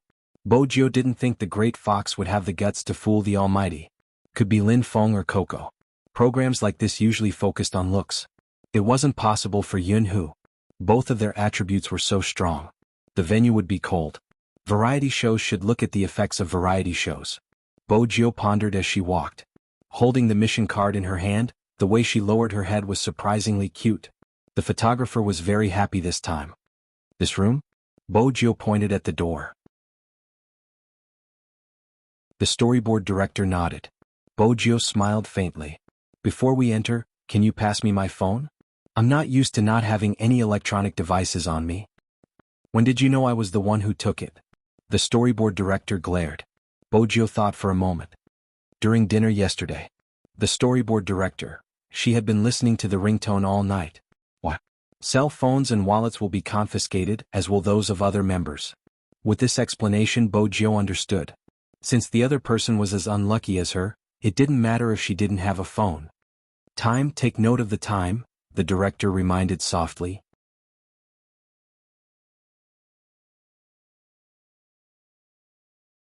Chapter 708. Beep. The sensor beeped. The room was completely dark. Especially at this point, the curtains were heavily drawn, blocking out all light. For a hacker, this was the most suitable operation. It was different from the others. Bojio walked without a sound. But the cameraman and storyboard director couldn't see it. The camera lights were switched on. Under the dim light, Bojio smiled, heading towards the only white bed in the room. The shape of the blanket could be seen. But no one could tell who it was. Bojio's smile deepened. She took another step forward and reached out with her left hand. She wanted to pull the blanket off him, but Bojio's smile deepened. But no one expected it. That person suddenly exerted strength, grabbing onto her wrist, yanking it in his direction. When the sound was heard, the lights were switched on. The face that appeared in his line of sight was handsome and abstinent, noble and elegant. Especially when he was wearing pure cotton pajamas, his black hair messy and sexy. His wildness was tinged with evil, but his aura was undeniably cold. Almighty? Regardless of how smart Bojio was, she hadn't expected to see the Almighty here. Her eyes widened. He looked lazy as he watched her. He didn't move. It was probably because he had just woken up. But his eyes were very deep. The two of them were very close to each other. Their sharp noses touched. It was extremely ambiguous. The storyboard director was so excited that she kept taking pictures of the cameraman's back. The scene filled with pink bubbles could be used as a promotional video. Especially when both of them were very handsome, it gave people a sense of aesthetic impact. Chinamo watched the person he was tugging. The youngster's skin was fair and alluring, with a hint of fine hair and a dazed expression. It was satisfying. Why are you here? Chinmo's voice was calm, as though he didn't know there was such a variety show. That was the question she wanted to ask. Why was the person here the Almighty? Bojio stood up, her movements suave. She tidied her collar before replying, Fengyi tricked me. Almighty Qin, it's like this, we're doing a variety show. A little assistant was still explaining, standing beside the bed, she could only stare at the handsome face of her Adonis. The storyboard director furrowed her brows in confusion. That wasn't the script. Think carefully. Although the scene just now was very effective. But according to the script, Almighty Qin was supposed to be asleep the whole time. He just had to open his eyes. Moreover, they only dared to record Almighty Qin's participation in the show with his consent. But now, Almighty Qin was acting like he didn't know anything and even pulled Spade Z into his arms. The storyboard director was confused. Didn't they say that they would try not to let Almighty Qin have physical contact with others during the show? After all, Almighty Qin's identity was there. Almighty Qin didn't like to be too intimate with anyone. There was no need to drag Almighty Qin into this. The power of the Qin family was something that even their station head could not afford to offend. But now, why was Almighty Qin taking the initiative to get close to someone else? The storyboard director was still confused. Chinamo had already heard the little assistant's words and stood up. Little Spade, stay behind. The rest of you can leave. Almighty Qin, no, we have to film. Chinamo glanced at the camera, his fingertips brushing past the buttons of his pajamas. We have to film him changing? That isn't necessary. Why did you have to get Little Spade to stay behind just to change? This had to be added in the later stages. The cameraman, the storyboard director, and the assistant were all blocked by a door. But since this was an outdoor show, even if there was a script, it couldn't be too fake. At the very least, they had to film along. Hence, before the cameraman came out, he tactfully tossed a small camera over to the youngster. Spade, you film. Film what? Film the Almighty changing clothes? That was the matter of straightening his back. She hadn't succeeded yet. It wasn't possible for her to film along. Bojo thought of an idea, aiming the camera at her face. As everyone can see, the Almighty is about to change. Let's wait for a while. Even though I want to see the Almighty's abs like all of you, it's more important to stay alive. With that, she turned the camera to the side, aiming it at the bathroom door. In reality, Chinamo was standing on the youngster's left. He arched his body and removed his pajamas, revealing a perfect inverted triangle. I never knew you wanted to see my abs so much. Even though the image wasn't shown, the sound was recorded. Bojo lifted her head, meeting a pair of eyes that were as deep as an ancient well. The black trousers and his upper body were bare, accentuating his slender legs. If such a scene was recorded, many people would have a nosebleed. The mermaid line was perfect. What is the mission? The Almighty finally put on his clothes. He was buttoning his shirt sideways. His handsome face. Bojo still had her earphones in her ears. On the other side was the production crew. When they heard the commotion, all of them rushed in. This time they could film the two of them in the same frame. The storyboard director wasn't sure why she was so excited. Bojo glanced at the Almighty. Brother Mo, my mission is to wake the person sleeping in this room. I never expected it to be you. It seems like I've successfully helped you with your first mission. Chinamo stuffed a hand into his pocket, looking more handsome than a celebrity. Bojo was still sitting on the bed, leaning back slightly. That's right, but I think we should take a nap before moving on to the second mission. Ever since she had found out that her partner was the Almighty, she felt that it would be dangerous to participate in this variety show. Chinamo didn't give the youngster a chance to lean back, pulling her up. You woke me up and now you want to sleep? That kind of conversation was something that only people who had a good relationship with each other could say. Right at this moment, there was a loud ding. The production crew handed over another mission card. The second mission? Bojo arched a brow. She opened the mission card and read the words on it. Other than our team members, there are other people in the game world. We have to find them before moving together to save Earth? Save Earth? Was a bluff. Seriously? You don't know the identities of the others, right? The production crew nodded. Bojo stuffed her hands into her pockets, a light smile on her face. Based on the style of your show, each team will choose 2 members. Lin Chintao and Sampang Jun will definitely be there, along with Almighty Xiao. 3 out of the 4 of them guessed correctly. The storyboard director and cameraman glanced at each other. He felt that the guest had already seen through him at the start of the show. What the hell was that? Cough. The storyboard director tried her best to maintain her composure. The person closest to you will need to take the 8 a.m. bus to find him. Bojo pointed at the Almighty's face. Forget about me, but is it really appropriate for Brother Mo to take the bus? The storyboard director didn't think it was appropriate. It was too obvious that he was an abstinent CEO. But the script was awkward. But it didn't matter. Getting the 2 of them to take the bus was a benefit for everyone. Besides, the next stop of the bus that passed by the hotel was a high school. This meant that most of the people taking the bus at this time were students. Of course, there were many middle-aged men and office workers. Hence, when Bojo and Almighty Chin walked in, some of the students who were still playing games glanced up. The second time they did so, they stilled. *CK. What did she see? Almighty Chin. It wasn't just Almighty Chin, there was also Big Spade. Excitement was something that could be easily understood. Some of the girls had already started to cover their mouths. In fact, the production crew was slightly surprised. This was the South after all. If it was a member of Xiangnan, it wouldn't be surprising to see such a scene.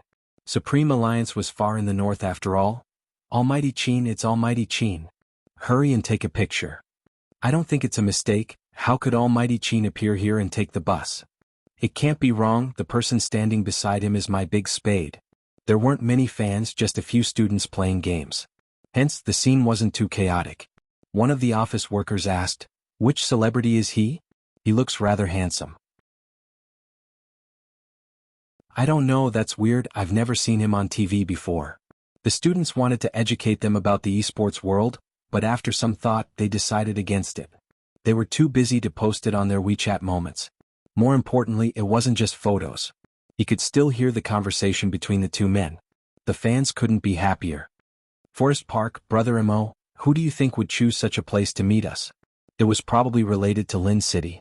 Even though it was 8 p.m., there were still plenty of seats on the bus. Bojo sat by the window while Chinamo sat beside the youngster. Lin Shintao, the storyboard director. Brother Mo, judging from the director's expression, We seem to have guessed it right again. The youngster lifted her lips, carrying the nobility of the Sucking Blood clan. The storyboard director was on the verge of breaking down, her chest almost crushed. The students watched from the side, unable to hold back their laughter. As a Supreme Alliance fan, they were extremely excited. Never in their wildest dreams would they have expected to meet their idol on the bus. Furthermore, it was such an idol. Almighty Chin, are you filming a variety show? One of the fans couldn't help interrupting their conversation. Chinemo replied, his attitude polite yet distant. The production crew finally realized how real it was. The person they had seen just now must be fake. The Almighty with little spade must be fake. The fan was excited. I really like you, I really like you. Chinemo changed his position. Thank you. 2 words. He probably felt that the response was too little. The fan's gaze dimmed. She turned towards the youngster before turning to Chinemo. As a fan of Chin, I hope that Almighty Chin can stay away from some people. At this moment, Chinemo smiled. His eyes were cold and calm as he said, you can stop being a fan. The student was taken aback. He didn't expect to receive these words at all. His face was burning with embarrassment. She couldn't understand how Almighty Chin could be so disrespectful towards his fans. She didn't even consider the fact that he had gone overboard. The atmosphere was a little tense at that moment. The storyboard director didn't want any accidents during filming, hence she shot a glance at the cameraman. The cameraman was well aware that this scene could not be allowed to continue.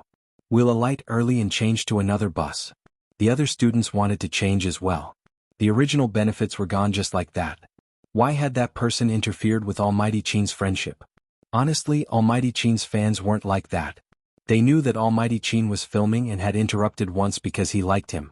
But after interrupting repeatedly and making such a request that crossed his bottom line, he still had a look of resentment. Great, they had to change to another bus. There's no need. Chinemo replied faintly. That's it. That meant that, even if the scene was broadcasted, he wouldn't be bothered. In that instant, the storyboard director understood why people liked Supreme Alliance so much. It wasn't fake. Perhaps this was how people wanted to be themselves. In the bus, Bojio held her chin. Since the weather in Lin City was warm, she only wore a black t-shirt, which was the most conspicuous in the crowd. But because of the person beside her, she was 3 times more conspicuous. More importantly, she hadn't had enough sleep because she had woken up too early. After driving for a short while, the students reluctantly got off the bus. She began to have difficulty opening her eyes, and it was obvious that her eyes were heavy.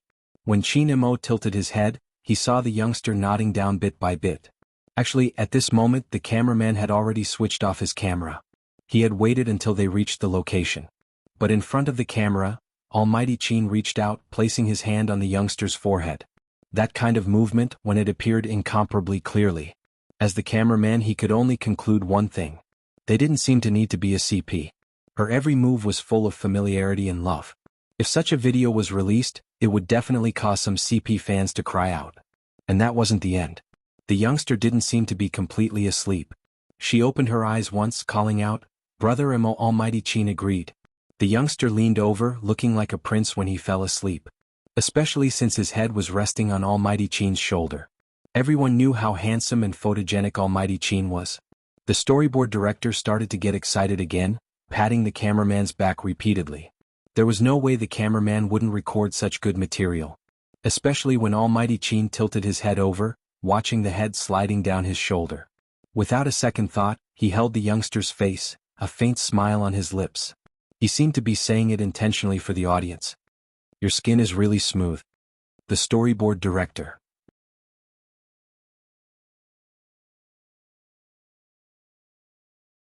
Chapter 709. Of course, they wouldn't let the guests sleep for too long. After about 10 minutes, they arrived at the station. Originally, he had wanted the storyboard director to call for them. However, she didn't have time to move. Almighty Chin, who was listening to the development of the script, glanced at her. Then he looked sideways, his thin lips close to the young man's ear. Haven't you slept enough? Although she was grateful for Almighty Chin's help, but wasn't Almighty Chin a little too close to Big Spade's ear? The storyboard director regretted not turning on the camera. It wasn't too late. He hurriedly gestured to his colleague. The cameraman immediately picked up the equipment in order to capture the most realistic effect. Through the camera lens, One could clearly see the young man's thick eyelashes tremble like a crow's wings when he heard the voice. Then he opened his eyes. There were also 2 strands of a hoge on the top of his head, which looked like a pair of cat ears. It was refreshing and handsome. This was probably the first thought everyone had when they saw the young man. However, that was when Almighty Qin wasn't around. Almighty Qin was here. The feeling of the entire scene had changed. When she had fallen asleep, she had been leaning against his shoulder. Now that she was awake, she tilted her head and the 2 of them almost kissed. Their temperaments were completely opposite. One was abstinent and noble, the other dazzling and handsome. But after they got together, he couldn't help but let his imagination wander. It was probably a problem with his posture. The way Almighty Qin turned his head to wake up Spadesy didn't look like a brother at all, but more like a boyfriend. Even the cameraman trembled. The storyboard director didn't show much on the surface, but she had long lost her composure. If she didn't hype up this couple, she would be letting down her job. As for Lin Chintao, he hadn't drunk a single drop of water since he woke up in the morning. Well, I just want to ask who is looking for me. Could it be that he's lost? Please don't have a poor sense of direction. Would he get lost while playing hero?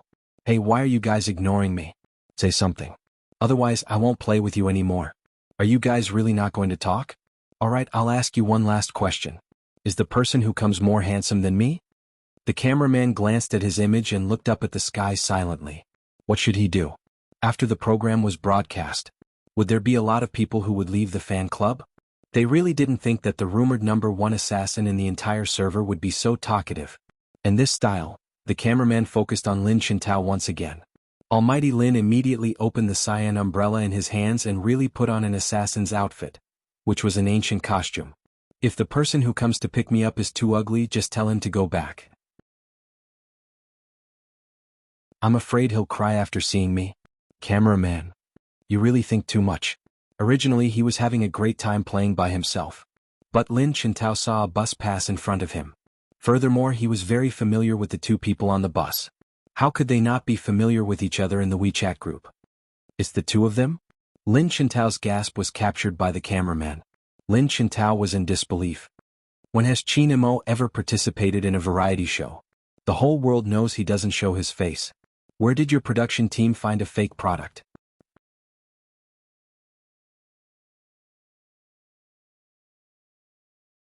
Chapter 710. Since it's them, I have to keep a low profile. Everyone knows that Qin Mo is our enemy. I have to act like a master. Lin Chintao straightened his back. Am I domineering enough? The cameraman did not want to speak anymore. When Lin Chintao wasn't nagging, he gave off a cold and aloof aura. However, this cold and aloof demeanor only lasted for a minute, 2 minutes, 3 minutes. Lin Chintao looked at the scene of the 2 people kissing in the bus. He turned his head and asked, "Is your production team gay?" Cameraman. Who can take him away? How can the SARFT allow you to abuse single dogs like this? There's no justice in this. Lin Chintao was still grumbling. On the other side, Bo Jiao was already awake. She and Qin Mo alighted from the bus one after another. Follow the script. Qin Mo should be surprised to see the person in front of him. Unexpectedly, Qin Mo stuffed a hand into his pocket, looking at Lin Chintao nonchalantly. What a surprise. The 2 storyboard directors were on the verge of breaking down. Bo Jiao chuckled, walking over to tug at his assassin outfit. Your outfit is really an eyesore. Cameraman. Finally, someone had spoken his mind. *CK, don't touch me. Lin Chintao jumped to the side. Don't you know how to appreciate how handsome I am? Bo Jiao arched a brow. Honestly, I don't really understand. Qin Mo glanced over and looked at the members of the program crew. His tone was calm. Were you the ones who made him wear the costume? The storyboard director refused to take the blame as she shook her head vigorously. Lin Chintao affirmed, how could the production crew have such a handsome assassin outfit? I brought it myself. You have standards. Bo Jiao patted his shoulder. Lin Chintao was very proud. Of course you don't know how poor this production crew is. I haven't even had breakfast yet. Alright, should I tell you the next step of the mission? Speak. One word. Qin Mo was the only one who could make all the cameras focus on his face. Lin Chintao felt that he couldn't compare his looks with others. He was comparing his temperament. He raised his umbrella again, looking like an ancient hero. This person claims to be the most handsome in hero. He is the one who carries the face of the entire esports world. His motto is, how can a man be called a man if he isn't burly? Wait, where are the two of you going? Can you show some respect to your partner? It was rare for the three of them to walk side by side on the road around the island. If the girls and guys who often played games saw this, they would definitely surround them. The three gods of the esports circle were still alive. He was actually walking around the island. The scenery of Forest City was indeed beautiful. On one side was a blue sea and blue sky, and on the other side was a flowery villa. Occasionally, couples could be seen riding bicycles. Lin Chintao was the center of attention for the umpteenth time. But he was a magnanimous gentleman, tilting his head to ask the two of them, "Don't you find the introduction a little familiar?" At this hour, everyone was a little hungry. She opened a lollipop and placed it in her mouth. Open your WeChat group and you will know why it sounds so familiar.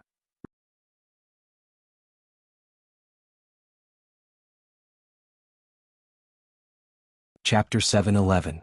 Lin Chintao paused. WeChat group? You mean Sanpang? Bojio didn't reply. Lin Chintao glanced at Chinamo, feeling a chill. It was true. But, why weren't you surprised when you saw me? Lin Chintao was shocked by the two of them. Bojio replied without turning, "You're too handsome." With that, the storyboard director and cameraman glanced at each other.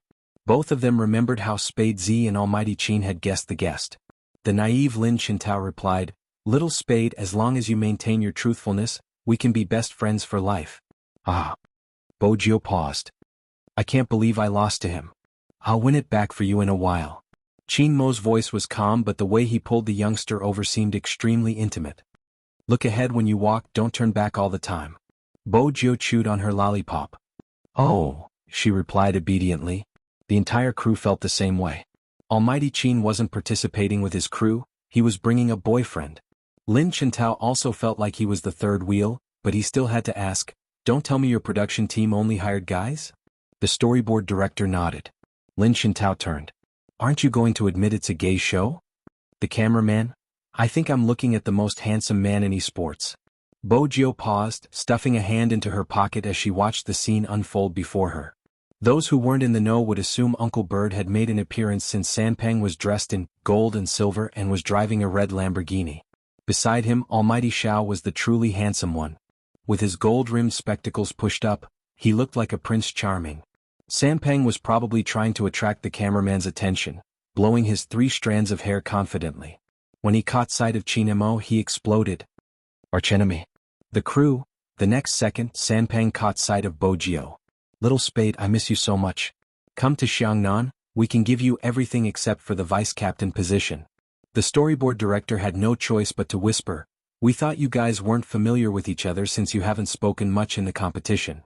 This was a reminder to them that they should greet each other when they saw each other and not be so crude. Unexpectedly, Sanpang didn't understand the true meaning behind it at all. Instead of answering, he asked, "Why do you guys have such an illusion? We often shout on WeChat that we're going to the Japanese server." "Oh. Fatty is spouting nonsense." Lin Chintao's face was solemn. "We aren't close at all." The production crew. "Do you believe it yourself?" If he wasn't familiar with her, he would hug her. Almighty Xiao walked down, his posture calm, but his gaze paused on Chinamo. "There's another guest." Thankfully, there were still people who remembered the existence of the script. "Lin Chintao, who do you think it is?" Almighty Xiao turned his head and asked. Lin Chintao covered Fatty's mouth. "Don't ask such things." Before he could finish his words, he saw a person walking over. Black hair, a high-nosed bridge and a deep smile in his eyes, just like in his memory. "Captain." Lin Chintao was truly stunned.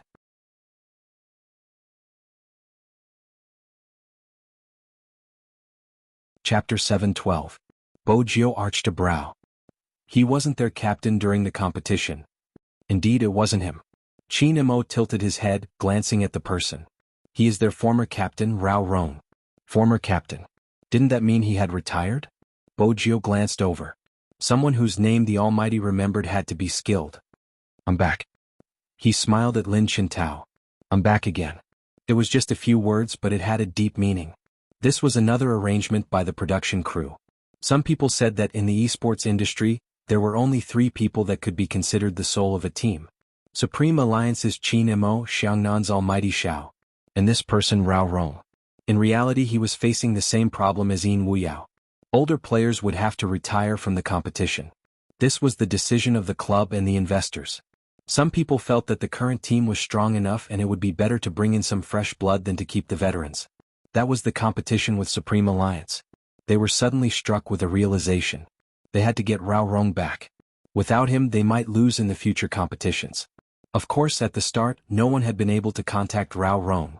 Only Lin Chintao. As a fanboy he had been writing letters to his captain. Everyone in the alliance knew. Lin Chintao had been waiting for someone to return. And now, it was finally a success. Of course, it wasn't a good thing for the other teams. Rao Rong's godly skills were still around. Welcome back. Just 3 words. Rao Rong broke into a smile. The next second he turned towards Qin Mo, his lips lifting slightly. Have I been away from the industry for too long? You actually came to participate in a variety show. Qin Mo stuffed his hands into his pockets, remaining silent. Lin Chintao wiped his reddened eyes, speaking in a serious tone. Captain, listen to me, the iceberg Qin Mo has been acting strangely recently. The production crew allowed them some time to catch up. Almost a minute later. The cameraman lifted his camera once again. However, in this 1 minute, Bo Jiu felt that the aura emanating from the Almighty was clearly different from before. Was it because of Rao Rong? At this moment all the cameras were in position. The recording of the program continued. Alright, the mission has been activated. After the members of the battle team have completed the first mission, they will be able to activate their respective energy spheres. Now please check your team's mission. The first 2 teams were quite normal. It was a common guessing game that tested tacit understanding in variety shows. But it was different for Bo Jiu. She must have taken the wrong mission card. Mouth to mouth for 3 seconds, separated by a piece of paper. What kind of situation was this? The storyboard director was puzzled when she saw the card's contents. He immediately turned around and looked at the director, who had arrived late because he was drunk. The director was very serious and expressionless.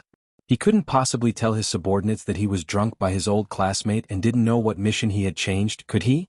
The storyboard director wanted to discuss if they should change the mission since Almighty Qin didn't like to be so intimate with anyone.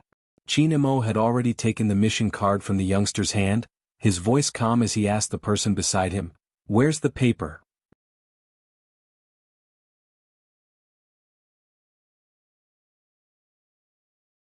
Chapter 7:13. The storyboard director wasn't the only one shocked. Even the main director widened his eyes in disbelief. Boss Qin had actually agreed to the mission instead of freezing him with his gaze. This time all the drowsiness and hangovers were gone. When the main director had first seen Qin Mo, Feng Yi had brought him over. Feng Yi had been the one who had brought him over. At that time, the main director had been too eager for talent. With such a handsome face he should be filming. Hence, he hadn't even asked about his background. Stop gaming and join my crew, I'll make you famous. At that time, the youngster who was sitting on the chair had only tilted his head and lit a cigarette, his tone unhurried. I invested in the drama you are currently filming. The main director. Even now he could still remember Boss Qin's gaze. He had been a high school student back then, but why had he been so imposing? In conclusion, it was because of his good looks and money. But because of that gaze, the main director had always felt that Qin Mo was the perfect male lead in his script. And now he had actually agreed to such a mission. The main director was agitated. He was directing the filming personally. They were treating this scene as a kissing scene. Wait a minute. Bo Jiu smiled faintly. Brother Mo, we aren't suited for such a mission, right? Qin Mo arched a brow. What?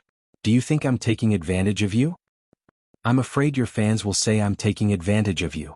That's easy, I'll take the initiative. Qin Mo lowered his head and pressed Bo Jiu against the coconut tree fiercely. It looked like they were about to kiss. The girls in the filming crew blushed. As CP fans they were on the verge of screaming. Lin Chintao stood at the side in a daze. Lin Chintao stood at the side in a daze. Once again he secretly confirmed with someone. This really isn't a gay show. The cameraman had forgotten to adjust the long view, standing there in a daze. That wasn't how the script was supposed to be, right? Under the camera. Bo Jiu glanced up. His face was already very close to hers. His deep gaze seemed indifferent as he turned and whispered into her ear, "How can we end the mission quickly if we can't complete it?" His words struck a chord in Bo Jiu's heart. Before her rebirth, she had always liked to be in nightclubs. He was no stranger to this kind of gameplay. This was his favorite way to heat up the atmosphere while drinking. It was the same when he played Truth or Dare. In addition, foreign countries were more open than domestic ones. But when Bojo played, she was always with the girls. Let her and the almighty, Bojo was still thinking. The man in front of him had already lowered his head. First, he stuck the piece of paper on her face, then kissed her lips. Chinamo seemed to always be like this. He acted as if there was no one else around. Like a demon deacon walking out of a comic book. Indifferent, cold, yet so handsome that it could cause the surrounding people to scream. Some of the girls in the program team couldn't help but cover their mouths. This was probably the first time Almighty Chin kissed someone in front of everyone, although it was separated by a piece of paper. But that kind of pose was enough for fans to fantasize about for a long time. Since she wasn't prepared, Bojo stilled. The breath was very familiar and it did not belong to her. It was slightly cold and invasive. She could even feel his tongue sweeping across the seam of her lips because their lips were stuck together. It was a vicious blow.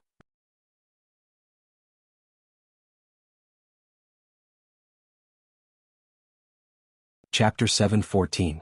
Perhaps it wasn't obvious from the camera. But the storyboard director was so close, it didn't seem any different from a real kiss. Bojo wanted to retreat, but the camera reminded her that if she retreated and dropped the paper, she would have to do it all over again. It would be easier to do it in one go. She had to maintain the position for 3 seconds. Bojo watched the handsome face that was inches away from her. When the Almighty turned, his eyelashes brushed past her face like feathers, tickling her heart. Her mind seemed to have been sucked dry, blanking out. All that was left was the sound of her heartbeat. 1 second, 2 seconds, 3 seconds. It wasn't easy for her to endure the 3 seconds. Bojo pulled herself away, her fair and clean face not flushed, still carrying her usual suaveness. However, her gaze was sluggish. Chinamo glanced at the youngster, a gentle and intoxicating smile on his face, his voice casual. The taste isn't bad. The storyboard director. Taste? Her nose was bleeding. Why was she so agitated? Calm down. The Almighty was just saying it. It was mainly because of the taste. The Almighty had added such ambiguous lines. Was he trying to send the fans into a frenzy? The main director was pleased, nodding repeatedly. Good, the expression and lines are on point. Director Wang, this isn't a movie, the assistant reminded softly. The main director's expression changed instantly, turning solemn. The expression isn't bad, don't edit this scene, it would be perfect for a variety show. Lin Chintao stood beside them and watched. He then turned around and glared at the cameraman. The cameraman glanced upwards. This time, he didn't have the confidence to say that they weren't a gay show anymore. Chinamo didn't look any different from usual. After leaving the youngster with the piece of paper, he looked at the camera. His cold and abstinent temperament didn't change. He was high and mighty, but it was hard to dislike him. I've completed this mission. What about the next one? The storyboard director coughed heavily, reminding everyone to focus. It was weird, they had filmed celebrities kissing before, so why were they so easily aroused in front of Almighty Chin? No, they had to hold back. Collecting love. This time, Rao Rong was the one to announce the mission. His voice was very pleasant, low and magnetic with a hint of laughter. You must be very hungry. Now, in front of you are the mangoes and coconuts that the old farmers bought wholesale from the market. Help the old grandpa sell these things and you will be able to eat lunch. Hearing this, the guests had different expressions on their faces. Sales? Bojo arched a brow. Zhao Sanpeng was very serious. There's no need to sell them. I'll eat them all. Tao, hurry up and buy them all for me. I don't have money. My SIM card and bag were confiscated by the production team. Did you forget? Lin Chintao was still roasting. Fatty, we're enemies now. Do you know what that means? Little Spade, come here. Let's discuss how to sell coconuts with our looks. *CK, what happened to being enemies? Zhao Sanpeng, don't fight with me for Little Spade. The storyboard director. Split into 3 groups. The quality of the lunch will be decided based on the amount of money sold by each group. This sentence was shouted by the director with a loudspeaker.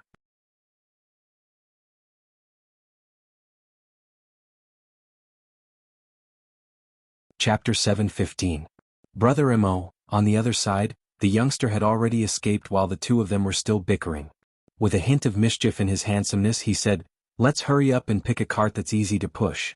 There aren't enough customers here, it's not suitable for selling coconuts." The cameraman cleverly recorded the youngster's words on camera. Both of them were men of action. There was no sound at all. When Lin Chintao finally won the argument, he turned around with a smug look on his face. Pinch. Rao Rong watched his expression, rubbing his temples. You haven't changed at all. After saying that, he smiled and said, let's go, selling things is more important. Zhao Sanpang jumped up to Xiao Shen and said with a serious face, Captain, do you think they'll buy all my coconuts if I play a game for them later? When you go shopping and see someone playing games, will you still buy it? Deity Zhao's aura turned cold. Zhao Sanpang's eyes lit up. Of course not. Crew looks like his IQ is still there. I will fight with him. The production crew. Xiao Deity held his forehead. Shut up. Every team had their own unique characteristics. Perhaps this was the reason why they were invited to join the cast. Even director Wang, who often made shows, felt that this show was really interesting. Although the guests were following the script, they were not stiff at all. The storyboard director glanced at the main director. Director Wang, are you sure they're following the script? The camera turned to Supreme Alliance, who was the first to leave. He could vaguely hear the youth's clear voice. Hello, excuse me, where is the nearest tourist attraction nearby? The scene zoomed in with the sound. Bojio was asking for directions. The other party was two girls dressed like students. They were probably here to travel. They parked their bicycles by the roadside and were about to take out money to buy coke. When they saw the handsome young man who suddenly appeared in front of them, they couldn't help but be stunned. This is too handsome, ah. The cameraman could clearly see the blush on the girls' faces. There was also a small voice that responded, if you walk this way you'll reach the scenic beach. Thank you. Bojio smiled. Then she seemed to have thought of something. If you guys are thirsty, do you want to buy a coconut? It suits fair-skinned girls and is healthier than cola. That was against the rules. Especially when the young man was smiling at her, she didn't want to see his eyes dim. One of the girls cupped her face and asked, how much for one? Bojio. This question stumped the youth. Indeed, how much should they sell for? My brother is over there. He'll name the price. Bojio pointed towards the figure not far away. Only then did the two girls realize that there was someone even more handsome. Moreover, they were of different styles. That person raised his eyes, and the corners of his eyes were stained with indifference. He was simply like a vampire who had walked out of a manga. The only incongruous thing was that there was a cart of coconuts and mangoes beside him. So handsome. The girl couldn't help but say, you two brothers are so handsome. Bojio laughed lightly. I think so too. Ever since they met the young man, the two girls' heartbeats had never slowed down. Bojio brought them to the Almighty.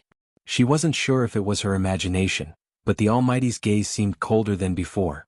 The two girls also felt that Qin Mo wasn't easy to get along with, but the more he behaved like this, the more attractive he was.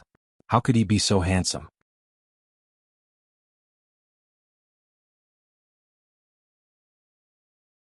Chapter 7:16. Brother Mo, how much are we selling coconuts for? Bojio hasn't forgotten about the important matter. Qin Mo paused, his voice calm. 100. 100. 100? So expensive? Is this a scam? The way the two girls looked at them had obviously changed. Bojio stilled. 100 is too expensive. Expensive? Qin Mo frowned, as though he was asking what was expensive about. That was when Bojio remembered that the Almighty's mineral water cost more than 100 yuan per bottle. If the Almighty was the one setting the price, ordinary people might not be able to afford it. She turned and smiled at the two girls. We're new to this industry and aren't familiar with the market. Just pay us the price you usually pay. It's 15 here, 20 if you go to the scenic area. Some old grandpas on bicycles sell them for 25 each. Those are all relatively remote places. After the two girls breathed a sigh of relief, their faces began to blush again. Bojio smiled faintly, passing two coconuts over. I'll take 25, thanks for the information. You're welcome. One of the girls was obviously blushing. Qin Mo watched, the coldness in his eyes deepening. After Bojio took the money, he reached out and grabbed the youngster's collar. Bojio tasted the long-awaited feeling of being dragged like a sack. There were many people at the scenic area. But it wasn't the afternoon. Even though the people at the beach weren't in a frenzy. There were around 30 to 40 people. It was obvious that this car wasn't going to sell. Qin Mo scanned the area, his gaze landing on the restaurant by the beach. He dragged the youngster into the restaurant. Brother Mo, even though I want to eat, I don't have much money on me. Can I use your watch as collateral and redeem it in the future? Bojio was starving. She allowed the Almighty to drag her, her hand caressing her tummy. The storyboard director aside, Even the cameraman felt that Spade Z would be more obedient in front of Almighty Qin. The indescribable contrast would make Spade Z's fans happy. But what was Almighty Qin trying to do? Was he really going to use his valuables to exchange for a meal? "Sir, I'm sorry, this is a restaurant, may I ask?"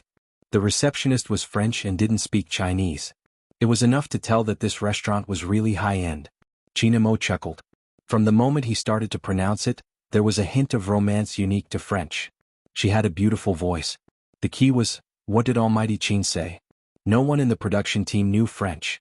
Bo Jio glanced at the storyboard director's confused expression. She smiled faintly as she inched closer to the camera. She adjusted her collar before saying, "Brother Mo is planning to sell the coconuts and mangoes to this restaurant to solve the old grandfather's sales problem once and for all. But we are still in discussion and the outcome isn't clear yet." As soon as the young man finished speaking, the receptionist gestured for him to proceed. Bo Jio continued to translate. "He wants to bring Brother Mo to the person in charge. The storyboard director. Their variety show even had the smell of a business meeting. No, wait a minute. Big Spade, you understood everything just now?" This was French, not English. It couldn't be that common. Bo Jio smiled at the camera. "Please call me Bookworm. What's Big Spade's best subject?" Bo Jio was about to reply. Qin Mo, who was walking in front, seemed to have heard the question. He turned over, his voice calm. "He's best at climbing walls and physics."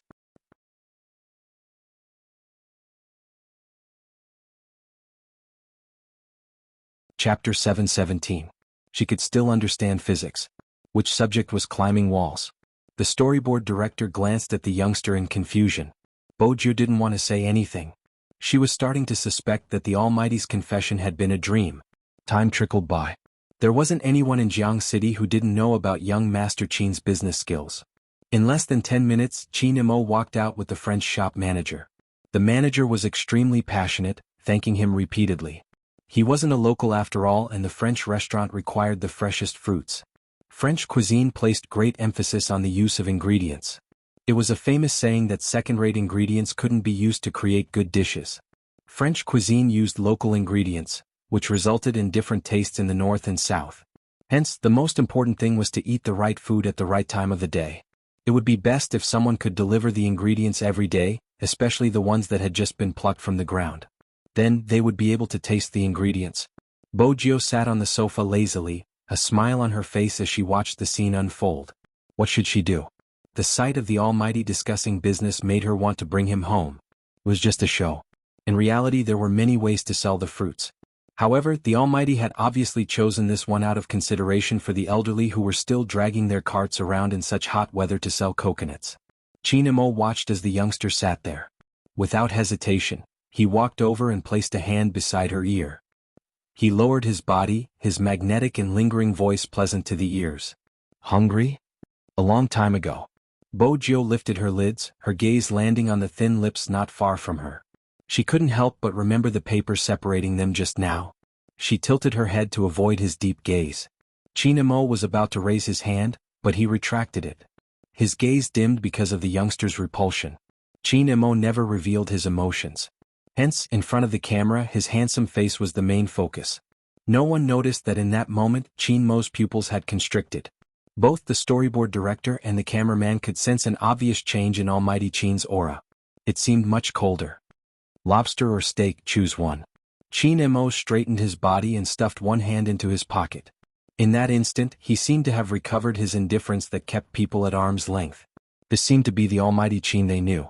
It was probably because Almighty Qin had laughed so many times today that they had forgotten his original appearance. "But, Almighty, our crew didn't provide any lobsters." The storyboard director spoke softly. Qin Mo glanced over. "To thank us, the other party wants to treat us." "The other party?" Oh. The restaurant manager smiled at the right time, and the romance of the French was triggered. The people from the production team were already shocked, because they had not expected that the guests on the show would be treated by someone else. Are all top students able to do this? It remained to be seen whether Brainiac could do that. French cuisine was all about appetizers. Just by watching Almighty Qin raise his glass and chat with the chef, they felt that they had brought a variety show to new heights.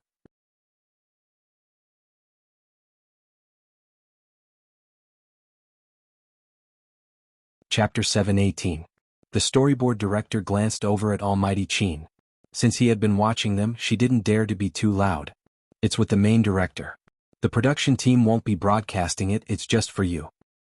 I understand, but how did your main director get a photo of Brother Mo when he was young? Bojio arched a brow. Based on her understanding of the Almighty, such a photo should have been hidden and not shown to anyone. The storyboard director lowered her voice. The main director said that a good friend from the industry had shown it to him, but he didn't want to reveal his friend's name. But based on his description, she should be a beauty. Beauty? Another good friend of the main director? Movie queen and popped into her mind. She reached out to pat the storyboard director's shoulder. Your production team isn't bad, they have a bright future ahead of them. The storyboard director. What was with the strange feeling of being complimented? Just because they had gotten a photo of Almighty Qin, they had a bright future ahead of them? Big Spade, how dare you say you aren't interested in Almighty Qin? Hurry and get the photo, I'll help you keep an eye on Brother Mo, don't let him come over. The youngster stuffed a hand into her pocket, looking as handsome as ever, smart and sly. The storyboard director went to look for the main director. The main director was still immersed in the ice cream kiss. He turned to the storyboard director with a serious expression. This scene isn't bad, it has the effect of a variety show. We can let them kiss a few more times. The storyboard director. Boss, have you ever seen a variety show with kissing? Where's your integrity? Half a minute later. After explaining the situation, the storyboard director finally retrieved her boss's phone. She walked towards Bojio anxiously. You have to keep this a secret from Almighty Qin. Don't worry. Bojio winked. So handsome. The storyboard director coughed heavily before handing the phone to the youngster. A photo that was obviously taken in secret appeared on the screen. The photo was obviously taken at the Qin family's old mansion. The main character was dressed in a pure white British suit and had delicate features like a doll. He was sitting in the garden in the summer, with a cup of hot tea on the table covered with plants. He was holding a book in his hand. He probably noticed that someone was taking a picture of him in front of him, so he moved the book to the side and looked at the camera as if he was looking at some bacteria. His arrogant dog-like appearance was simply unique in the world. In an instant it struck her nerves. The rumbling of thunder in the sky was no different from what he was feeling now. This is Almighty? Bojio didn't know how she managed to ask that question. Probably because she had never seen the youngster speak like that. The storyboard director nudged her shoulder.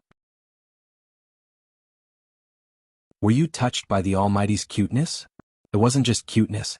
Bojio took another glance at the photo before turning to look at the Almighty. It was an indescribable feeling.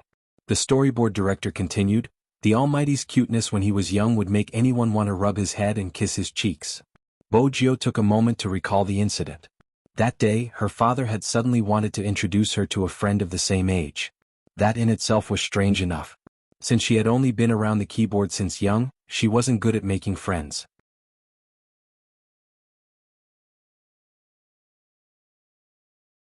Chapter 7:19. But the moment Bojio saw her little friend, she forgot about the little rocket. Her father was lying to her. How was he her age? He was a puppy doll. Especially when he spoke, he was very polite. Compared to the doll in front of her, a pet like the little rocket was really boring. Hence, she couldn't control herself and pounced on him the first time they met. But it was obvious that her little friend didn't understand her passion. Instead, he rubbed his forehead, using a cold and noble voice to warn her, "Get up." At that time she was really possessed. She felt that her little friend was too cute and couldn't control herself. She kissed his face. At that time her little friend's expression changed, his angry little face turning red. He looked at her as though she was 1,000 germs, wanting to destroy her on the spot. At that time, Bojio felt that her little friend didn't understand her passion, which was why he despised her. She stood there aggrievedly rubbing the bump on her head. She took out her best things to please the doll, asking him, "How much do you cost per kilo? What do you want?" The doll seemed to be very interested in her keyboard and gave her 3 words in a very light tone. Since she was a doll, she had a temper. Bojio understood. "I want to buy you, you can be my pet." Bojio bent over and took out her little treasure. Listening to her words, the doll couldn't stand it anymore and knocked her head. "Are you an idiot? You don't buy people by weight." "Oh." Bojio was disappointed for a moment. "Then I won't give you money, I'll take care of you in the future." The doll's veins popped. "I don't need you to take care of me. Don't be shy." She understood the doll's feelings. The doll glared at her for a while. You better shut up right now. Fine, you won't let me talk because you're shy. I know, you just ate a lot of chocolate. You like it, right? I'll go steal some more. At that time, Bojio felt that the doll was hard to coax. She couldn't understand his thoughts at all. But since she was prepared to take care of him as a pet, what else could she do? She couldn't control herself, she had to pamper him. Since then, every time she saw a pet, she would press him down, rub him, and kiss him. Her pet was good at everything. It was beautiful, looked good when it ate, and read books that gave her headaches. The number of times it called her an idiot was increasing, but it was still very handsome. It was just that it had a bad temper and was easily shy. It was always embarrassed in front of outsiders. In the past, Bojio had been puzzled. What a good relationship they had. Why was her canine pet always embarrassed? Bojio understood now. If the Almighty knew that he was the one who always pushed him down, the Almighty would probably close his eyes and throw her into the sea to feed the sharks. Seeing that the youngster hadn't spoken for so long, the storyboard director stirred. What are you thinking about? I thought about how I had pushed the Almighty down when he was young. It was best if no one knew about this. She would be happy on her own. An unexpected reunion with his childhood pet. Moreover, this person was an Almighty. The feeling was rather subtle. Honestly, Bojio had never expected the adorable puppy doll to grow into the Almighty. You're tuning in to the Han Lee's Wuxia Chronicles YouTube channel. We're so grateful for your support, and don't forget to subscribe to join us on this incredible journey through captivating stories. Your generosity through donations truly makes a world of difference, as it's the primary source of revenue that allows me to expand and enhance this channel for you. Thank you from the bottom of my heart for being a part of this adventure.